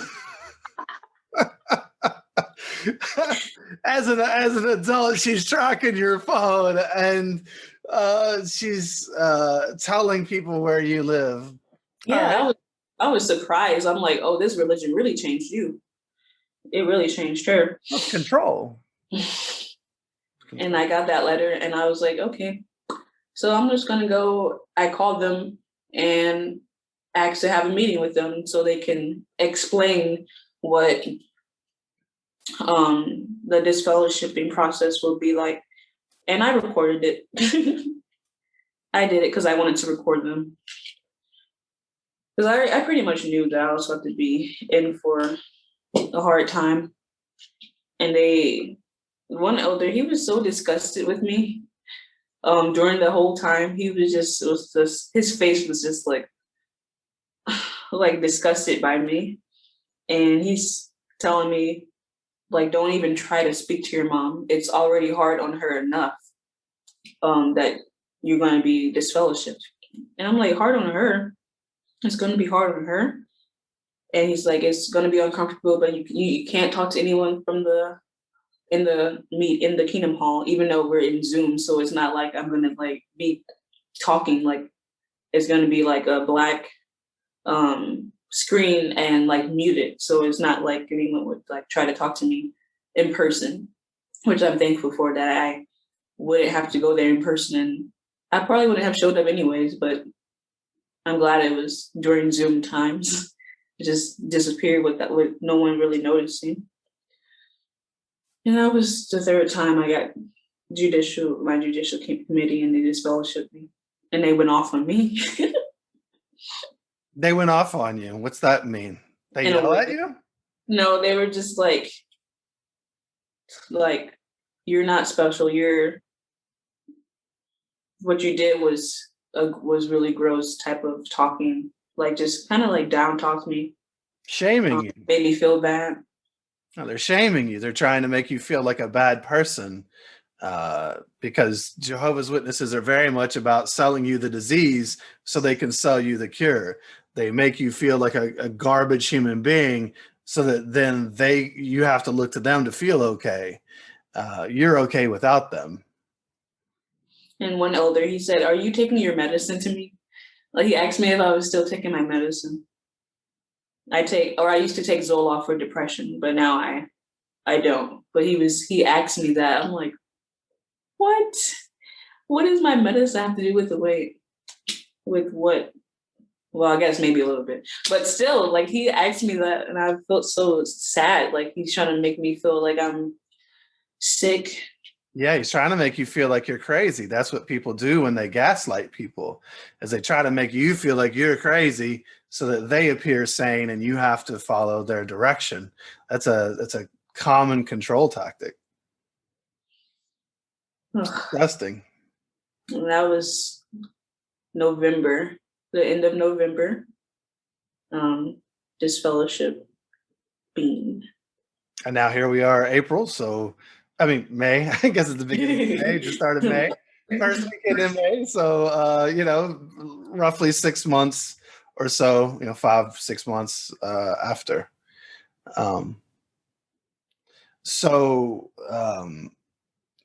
Being disfellowshipped in that way. So they did meet you in person for that, or was that on Zoom when they had that meeting? It was in person. That was in person? They had the letter, and then they like told me to my face because I wanted to record it and like listen to it. Okay. And I remember even at the end, I'm like, you guys know that sometimes I get really sad and I'm going to be alone. You don't think I might try to like get rid of myself? And he's like, we don't want to hear that. We're not doing that to you. And I was like, all right, I'll just go, because I'll just take my special thoughts and not try to think about it by myself. And I remember even being like a little bit like arrogant, and I was like, my mom's going to talk to me. Like, you can't make her not talk to me. And they were like, oh, she will? And I was like, yeah. Like, I was a smart ass. And it turned out they were right the whole time. Well, unfortunately, a lot of people who leave think that their family will be the special case and that their family will still talk to them. And the harsh reality is that they are usually wrong. That doesn't mean that there aren't, there's always outliers. There are always cases where a witness family may still talk to you. But even then, usually it's just to try to guilt or shame you so that you will come back, or whatever the case may be. Occasionally you find some people who truly have their humanity intact and are looking for, some actual relationship, not just a one-way toxic shame fest. But it's sickening the way they talk to you. Just so you know, their whole goal, guilt is I did a bad thing, shame is I am a bad person. Their whole goal is to make you feel like a bad person for what you've done, so that you will take all the blame upon yourself. They have no part in this. They don't care about who you are or why you may have really acted the way you did. They don't care that you may be looking for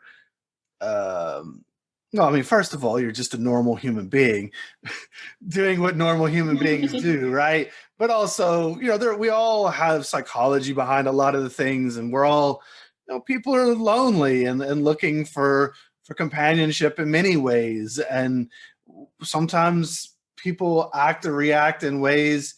You mentioned bipolar earlier, and there was someone that I knew who was bipolar and hypersexual when he was manic, and ended up having a baby with a sister who was married to another brother. And he, it was part of his mania, and Yeah. he was gonna have sex when he was manic in that phase of his bipolar, and stopping that was not likely to happen. And he just kept getting disfellowshipped over and over and over again. And he didn't need disfellowshipping. That wasn't it clearly didn't help. It wasn't doing anything other than shaming this poor guy, making him feel terrible for something that he really didn't have a whole lot of control over. And so it's really sad that they do this and then try to make you feel like, remember, Za'kaeda, you're the one who is the villain here, when in reality you're the victim. They are the ones who are doing this. They are the ones. Shunning is an act. It's something you do to another person. It's not something that they deserve. It's something that you do to them. So it's a real warped way, and they pin it all on you so that you walk away feeling worthless, so that you'll come back. That's what they want. That's crazy. That's like backwards to me. Like if you like that was always like a backwards thing for me to think about. Like if you want me to come back, then like why don't you like wouldn't you want to like talk to me then instead of like not talking to me? That's gonna make me want to not come back in my mind. I don't know. I'm just like weird like that. No, Like, no. You're normal like that. That's, I think, what most of us would feel. But when you've been programmed your whole life to value what they say entirely, you feel like such garbage about yourself that you're desperately seeking their affection and their approval, that sometimes it works to make people come back to shame them, because then they feel so terrible about themselves that they have to do whatever the witnesses want in order to get that approval. They're just so desperate for that approval, or just to see their family again. yeah. It's weaponizing of the family arrangement. Yeah, and that was what thing I was worried about. I think I said that to them, and that's probably why they don't try to talk to me anymore. Because I said the only reason I would ever come back is to be able to talk to my mom, even though she kind of treats me like garbage. But I mean, she's still my mom to me. So I was like, that's the only reason I would ever come back. And they took that they took that into consideration to not even like try. Well, the honest truth is they usually don't try with disfellowship people very much. This year, because the memorial is on Zoom, and because people, they can't do their big campaigns to try to get people to their memorial, and because they care so much about their numbers, they're going after low-hanging fruit. So they were going after people who were once associated. Even if disfellowship, they didn't care, just trying to get anybody there. They got to keep those numbers up, right? And so that they were really going hard in those ways a lot for a lot of people. I wouldn't read too much into why they did or did not contact you. I usually do overthink a lot of this stuff. Oh, sure. I understand. Of course, because everything within Jehovah's Witnesses had ulterior motives. There was always a lot going on behind the scene. There was a lot of control. And so we've been programmed again to overthink at times, as a response. It's hypervigilance. And it comes from being in that environment and all the trauma and just everything that goes along with it. Um, so you've been out now for 5-6 months. Have you heard from anyone, or have you been totally shunned? Totally shunned. My sister, who is studying, my older sister, that was rebellious when we were younger. She is now studying, and she talks to me a little bit.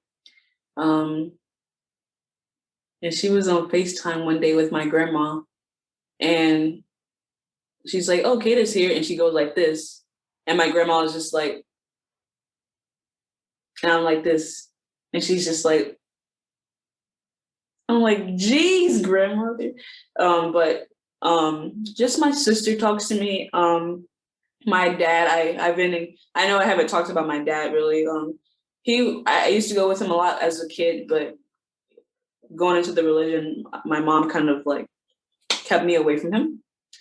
So I talked to my dad now, and all my sisters on my dad's side. I talk to my mom in a way because I take care of the dog that lives with her. He's not my dog, he's just a family dog, but I take him to the vet and get him all his shots and take him for a walk, and I still get mail that's delivered to her house. So like I talk to her, but it's not like talk to her. And how does all this feel?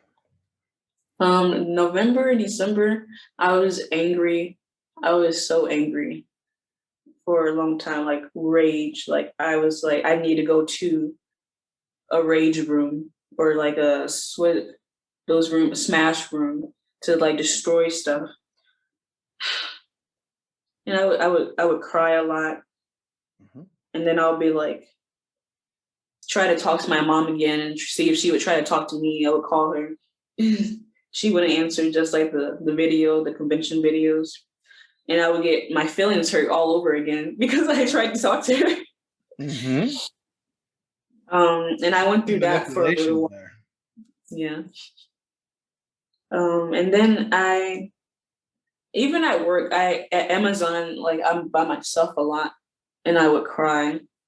But I made two pretty good friends there. Faith, she's like 24, and she's the best person that has came into my life right now. And also my friend Rob. He's a little bit older, so he's like just telling me that I'll get through like this, and that I'm strong, and he's trying to uplift me.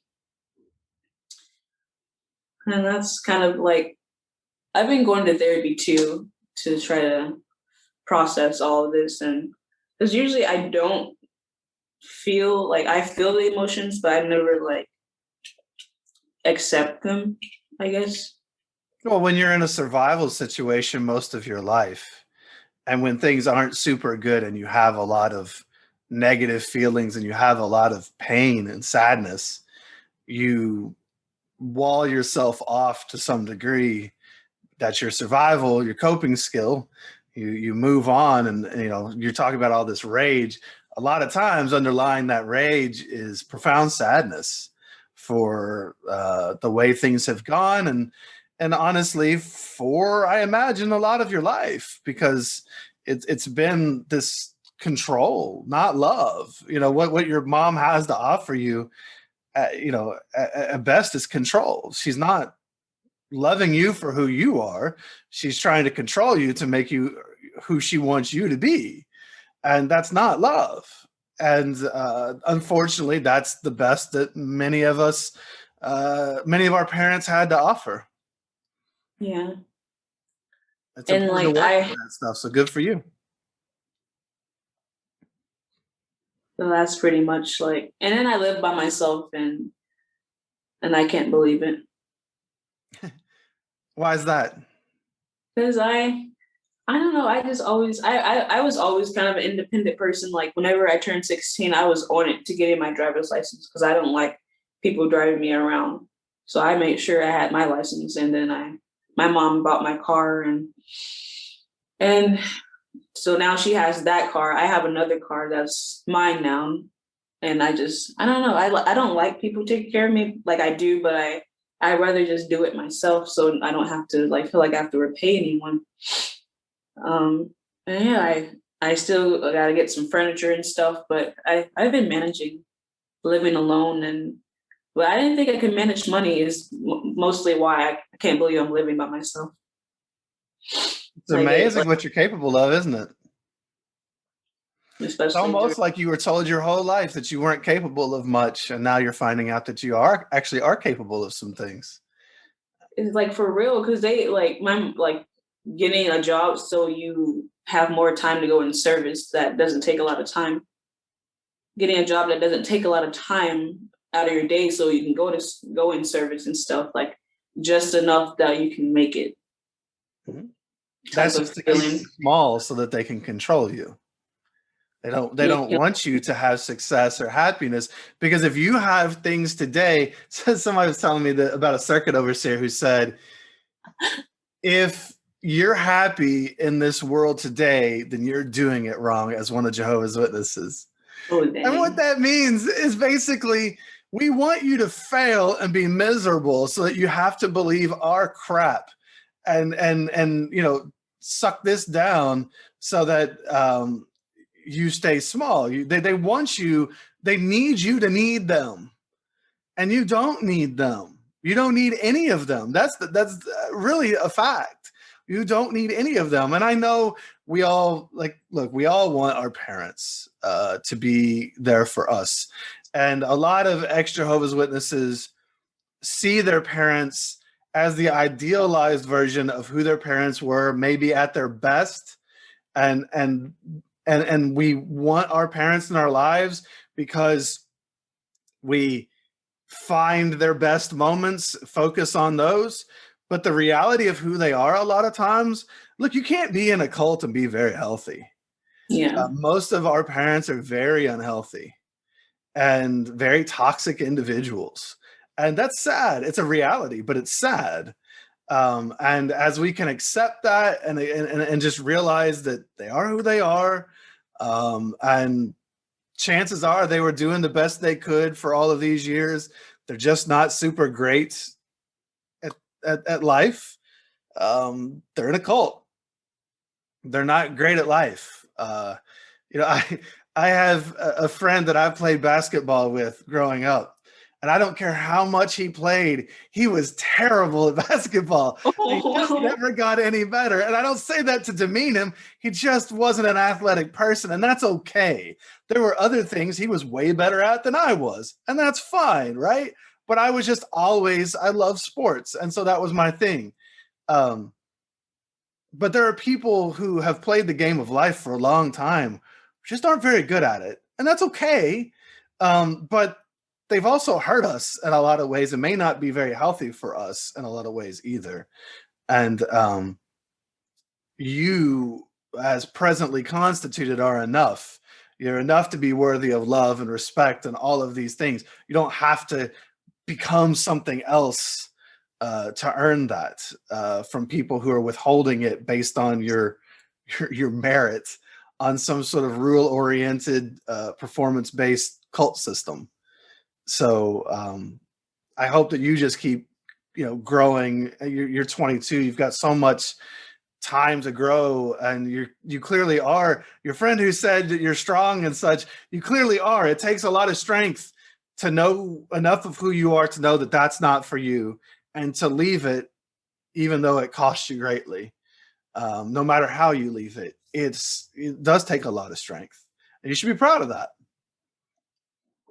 and it's weird because I don't know if I ever was like woken up because I never really looked at apostate stuff until like now. Sure. Well, people leave in different ways. Some leave behaviorally, because they're not acting in accordance with what Jehovah's Witnesses want them to act. And then others leave because mentally and emotionally they've seen something that no longer adds up, and they've processed, they start going down the apostate road of realizing this isn't real, and that it's just this man-made thing. And so I'm glad that you're starting to be able to go down that path after leaving, because sometimes I have people who reach out to me who they've been out for 30 years and never looked at anything, quote, apostate. And it's sad to be mental. I hate to see people so mentally stuck. If you look at it, you'll start realizing a lot of things, and that's its own grief to when all that starts crumbling too. That hurts too.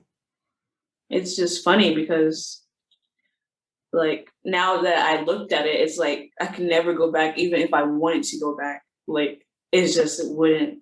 I would be disgusted going back into there. And I think and I would go to my mom's house after getting disfellowshipped and try to talk to her about some things, and she would just be like, I know, like I know about this stuff and that stuff, and I told her like her mind is being controlled, and she's like, oh, is it really? She's such a smart ass person. Like her remarks are just like sarcastic, and it's funny because now she's disfellowshipped for the same thing as me. Oh wow. Comes full circle. So this whole time she was shunning me, and she was doing the same thing around the same time that I was doing it. That's an interesting point. A lot of times, some of the most vociferous defenders who will fight tooth and nail for the truth are people that either presently or in the past have done the things that they're blaming other people about, but it's because they feel shame about it. So they've got to blame you so that if anything, they can at least feel better than you. And that's very sad. That is crazy. No way to live, to feel that way. So do you all have a relationship now that she's disfellowshipped? No, she still treats me the same.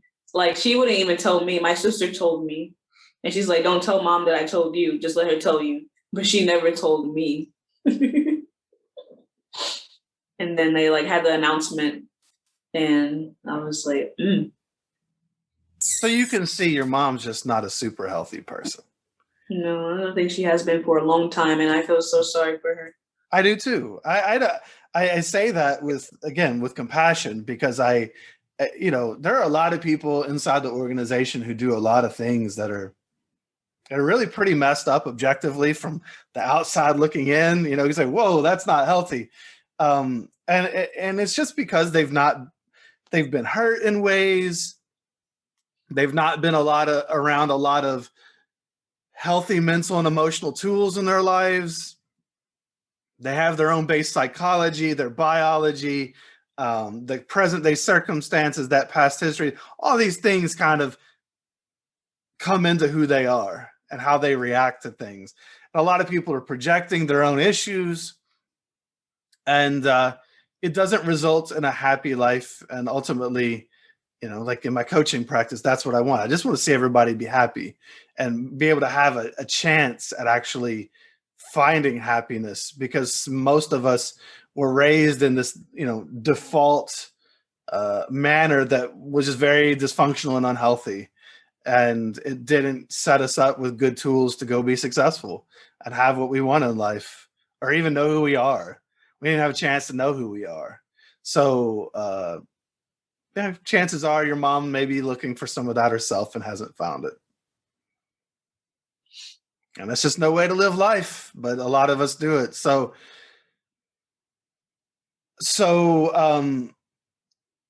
let me ask you this question that was on the list. And I think it's kind of interesting in the light of the fact now, your mom happens to be disfellowshipped for the same thing. But if you could say anything to the people that shun you, family or friends, what would you want to say?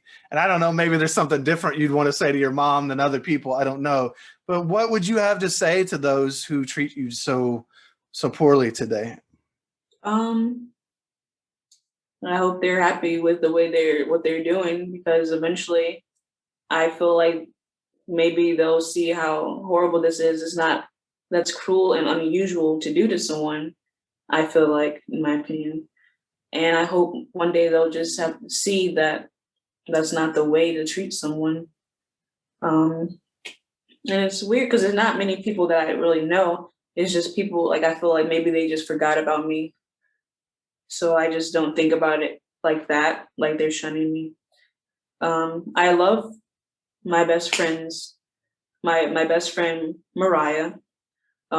She's the one with the brother that left the Kingdom Hall. I love her so much, and I hope that she will see that we could be friends still, even though like I'm not in there and she's in there, and I just hope that we can be friends one day. They all still have my number. And I think that a religion should not be able to control who you should talk to, is what I would want to say. Absolutely. Yeah, sad.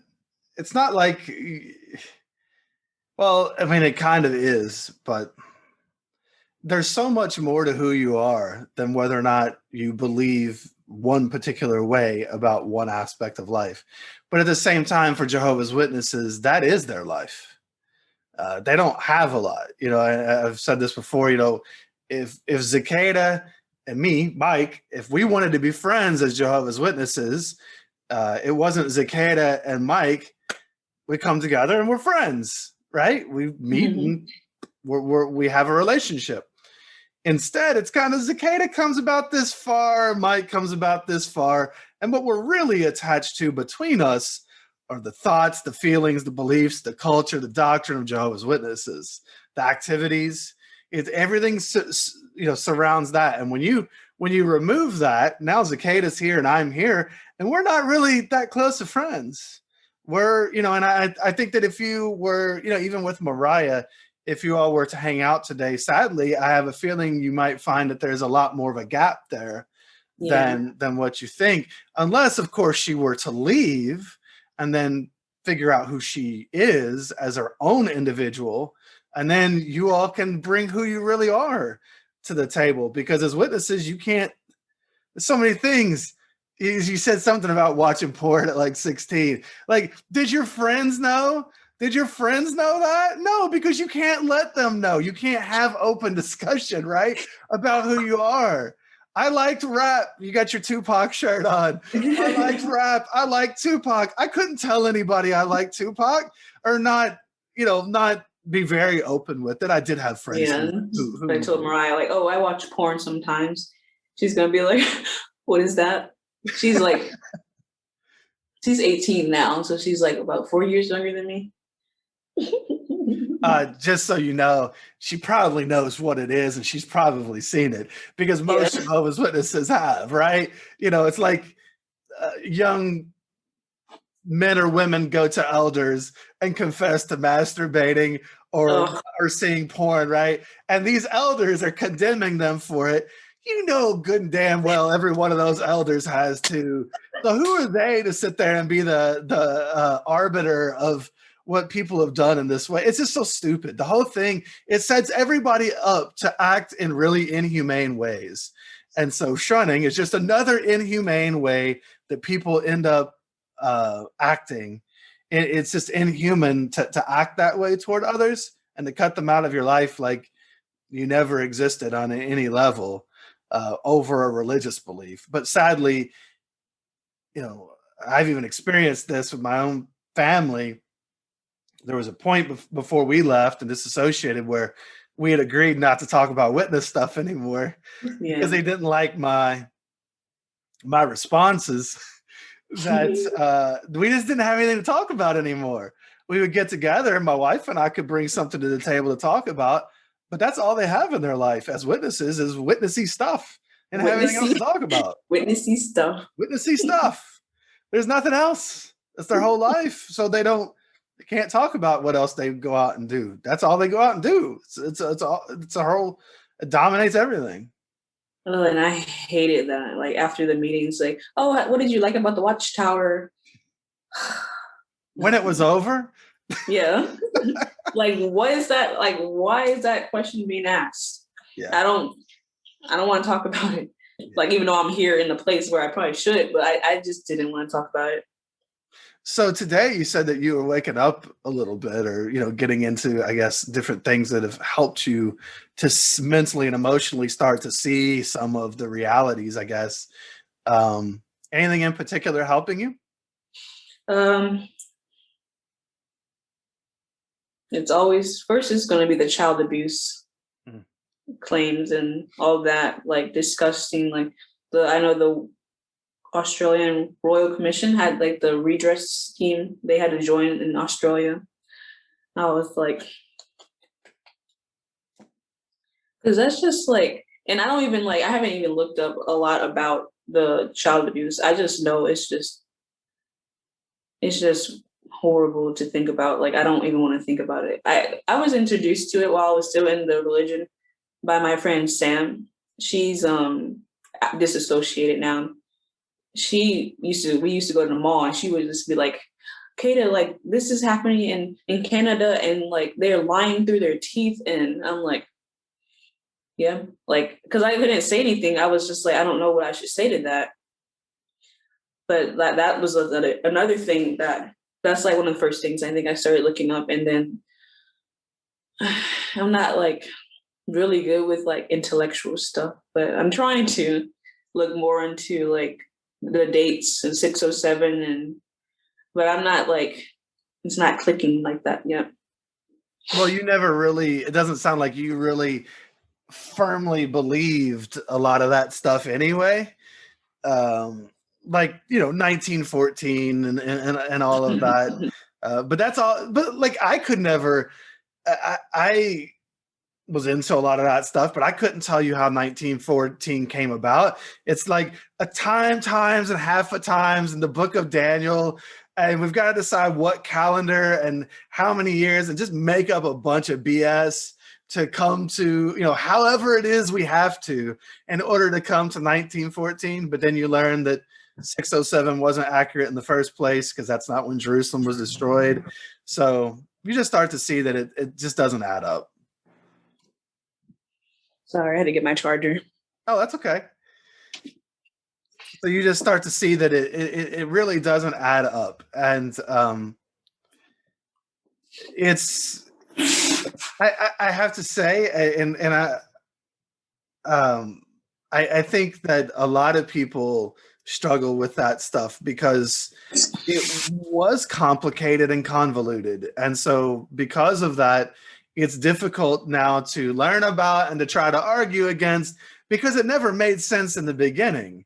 It's, and so how are you going to argue against something that never added up to you or that you never really fully understood?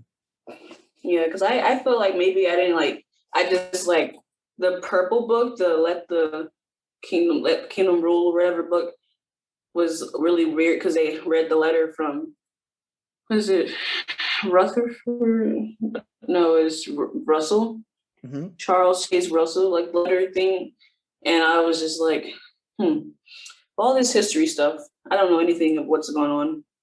Yeah. So that wasn't like, it's a deep dive. It really is to get into a lot of that stuff. But I'm glad that you're starting. I mean, that's what's important, is that you start learning about this stuff, because this did have an impact on you.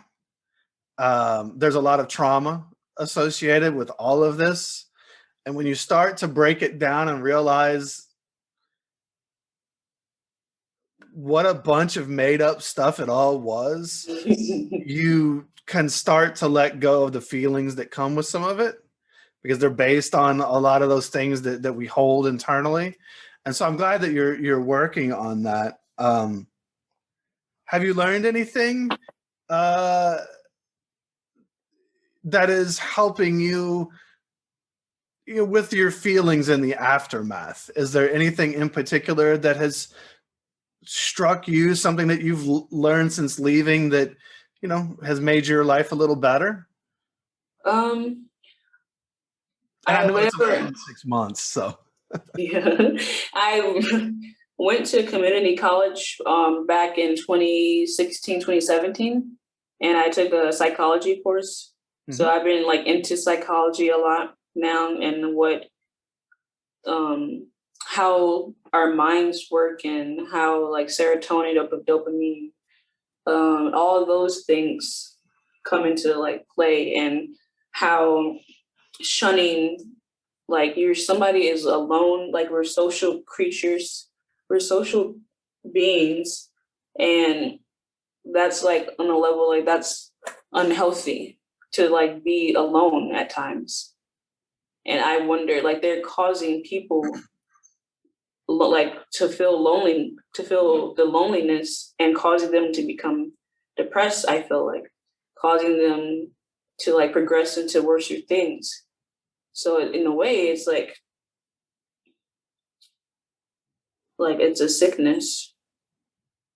Yeah, they want you to go out and fail. So They take everything from you.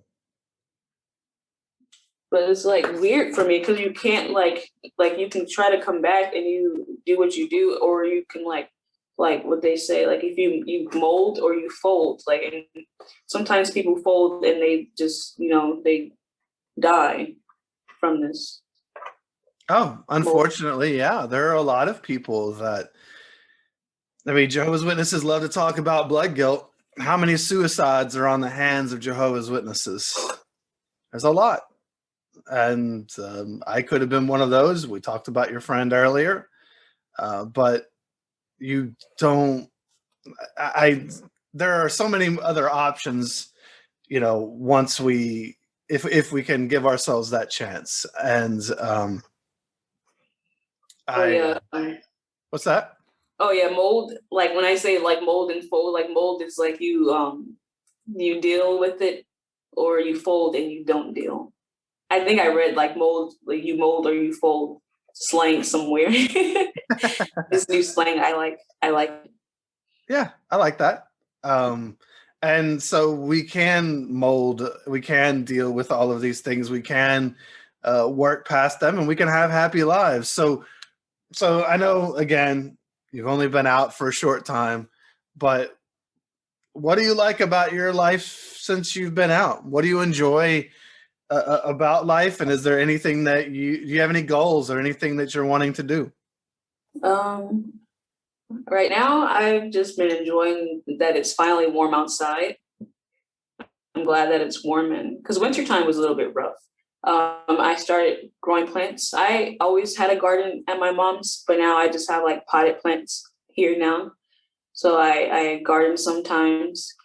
I've been working and trying to save so I could get a desk or a laptop or a desktop computer, so I can go back to school.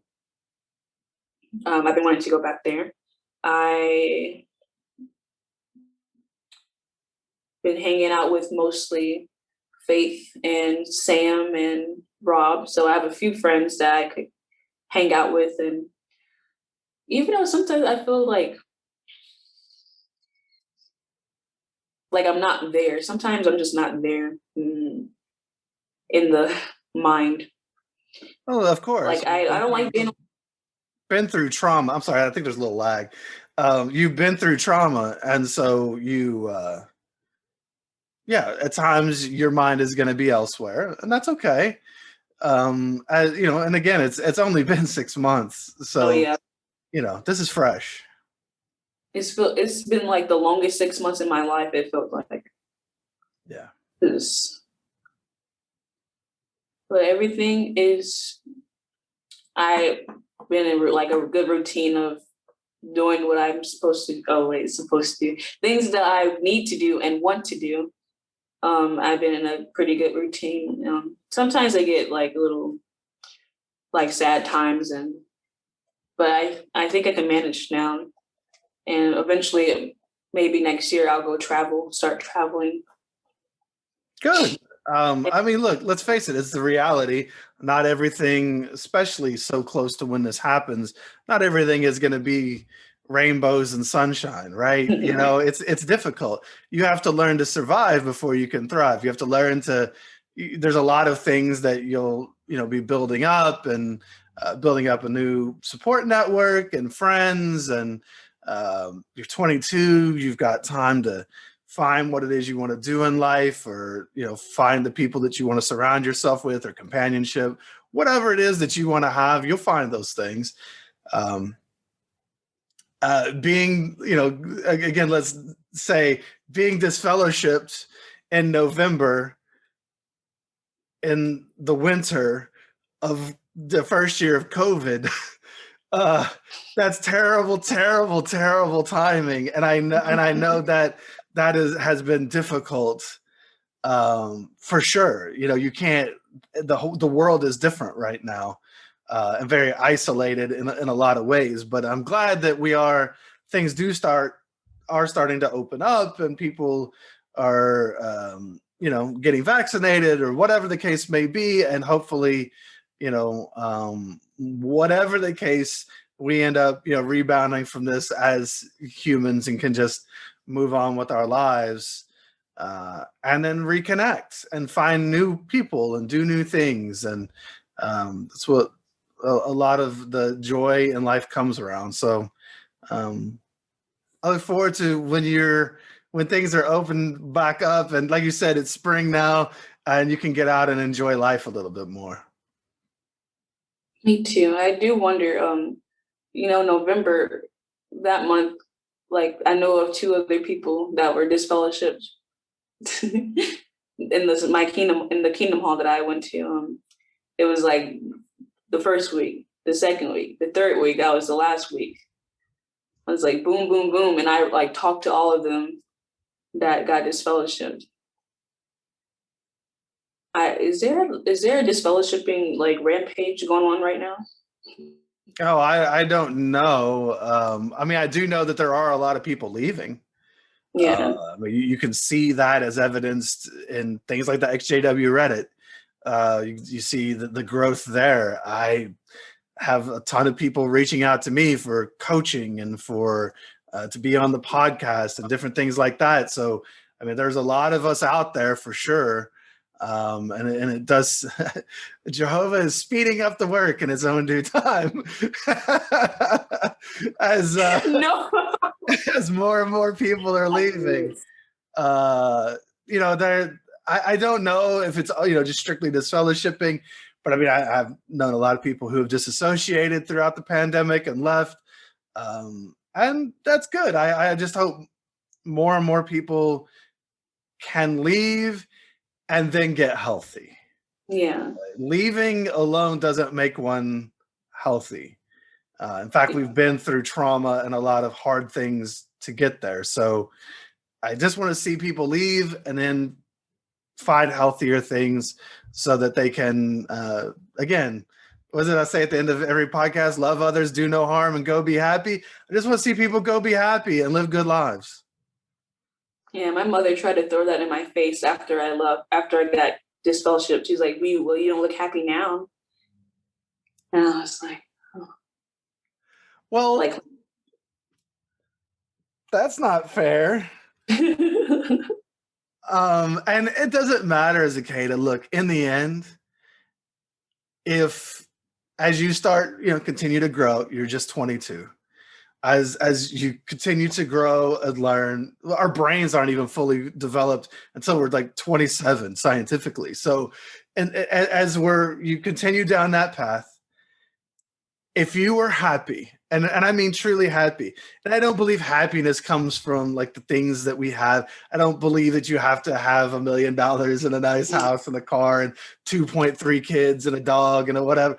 But whatever it is that you have, that if you find this real happiness within yourself and the life that you create for yourself, and your mom were to see that, it wouldn't matter. Because if she doesn't believe you can be happy on the outside, she's gonna, for lack of a better term, shit on whatever it is that you do anyway. She's got to put it down, because she needs to believe that she's got this other thing over here that's right. She needs to believe that. So it doesn't matter how happy you go on to be. It doesn't matter if, Jehovah's Witnesses today who've been told their whole lives that they were never going to die in this world because the new system was going to come, as they're dying in this world because there is no new system and it's not coming, it doesn't matter. That they still need to believe that, and they devoted their whole life to it. So they're not going to listen to you. And when death comes knocking on that door, they still think they were right because they need to believe they were right. And you just have to let them and just go be happy yourself. That's all you can do. So I want to see that for you. I want to see you be happy and find the things that light you up so that you can be the best version of Za'kaeda, whoever that is, and find the things that you enjoy in life and the people that you enjoy in life. And family is what you make of it. And you can find family in a lot of different ways. It just takes time. So if you go back to school, what do you want to go for? Psychology? Psychology. I was thinking of psychology, and I used to want to be a vet. I also like bugs, but I feel like if I ever want to get into like things like marine life and stuff, I would need to be like on a coast. But right now, I'm thinking psychology. Yeah, all that marine life in St. Louis. All the lobster show. The sharks and the whales and the dolphins in St. Louis. All right, Za'kaeda. Well, any parting words and anything that you'd like to leave anybody with? Anything that we didn't ask that you'd like to say? Yes. Try not to be a people pleaser. You have to think of yourself first in all situations. I think that's what I need to do. Yeah. And I hope others will. Most of us. In my coaching practice, most people that come to me, have that people pleasing. Really, it's kind of more almost like a codependency that we get from being around a very narcissistic organization. And so it's normal to fight that. And to have to then what you said is exactly the answer to codependency. It's learning to value yourself and what you think first. We can always balance it afterward with what others think. We can take other people into consideration, but unfortunately, we were taught to think about everybody else and to not even think about ourselves. Yeah. We didn't even rank on that list. A happy medium. Yeah, happy medium, absolutely. Well, I'm glad I got to talk to you, and I hope that your story, inspires others who've been through similar things, and helps others to not feel so alone, especially those who've, unfortunately been put out into a world alone in a way through disfellowshipping during COVID. It's a really tough time anyway, and then to have that added on top of it. So I hope that others can see that they're not alone. And then we got to work on having those better lives, not being people pleasers, right?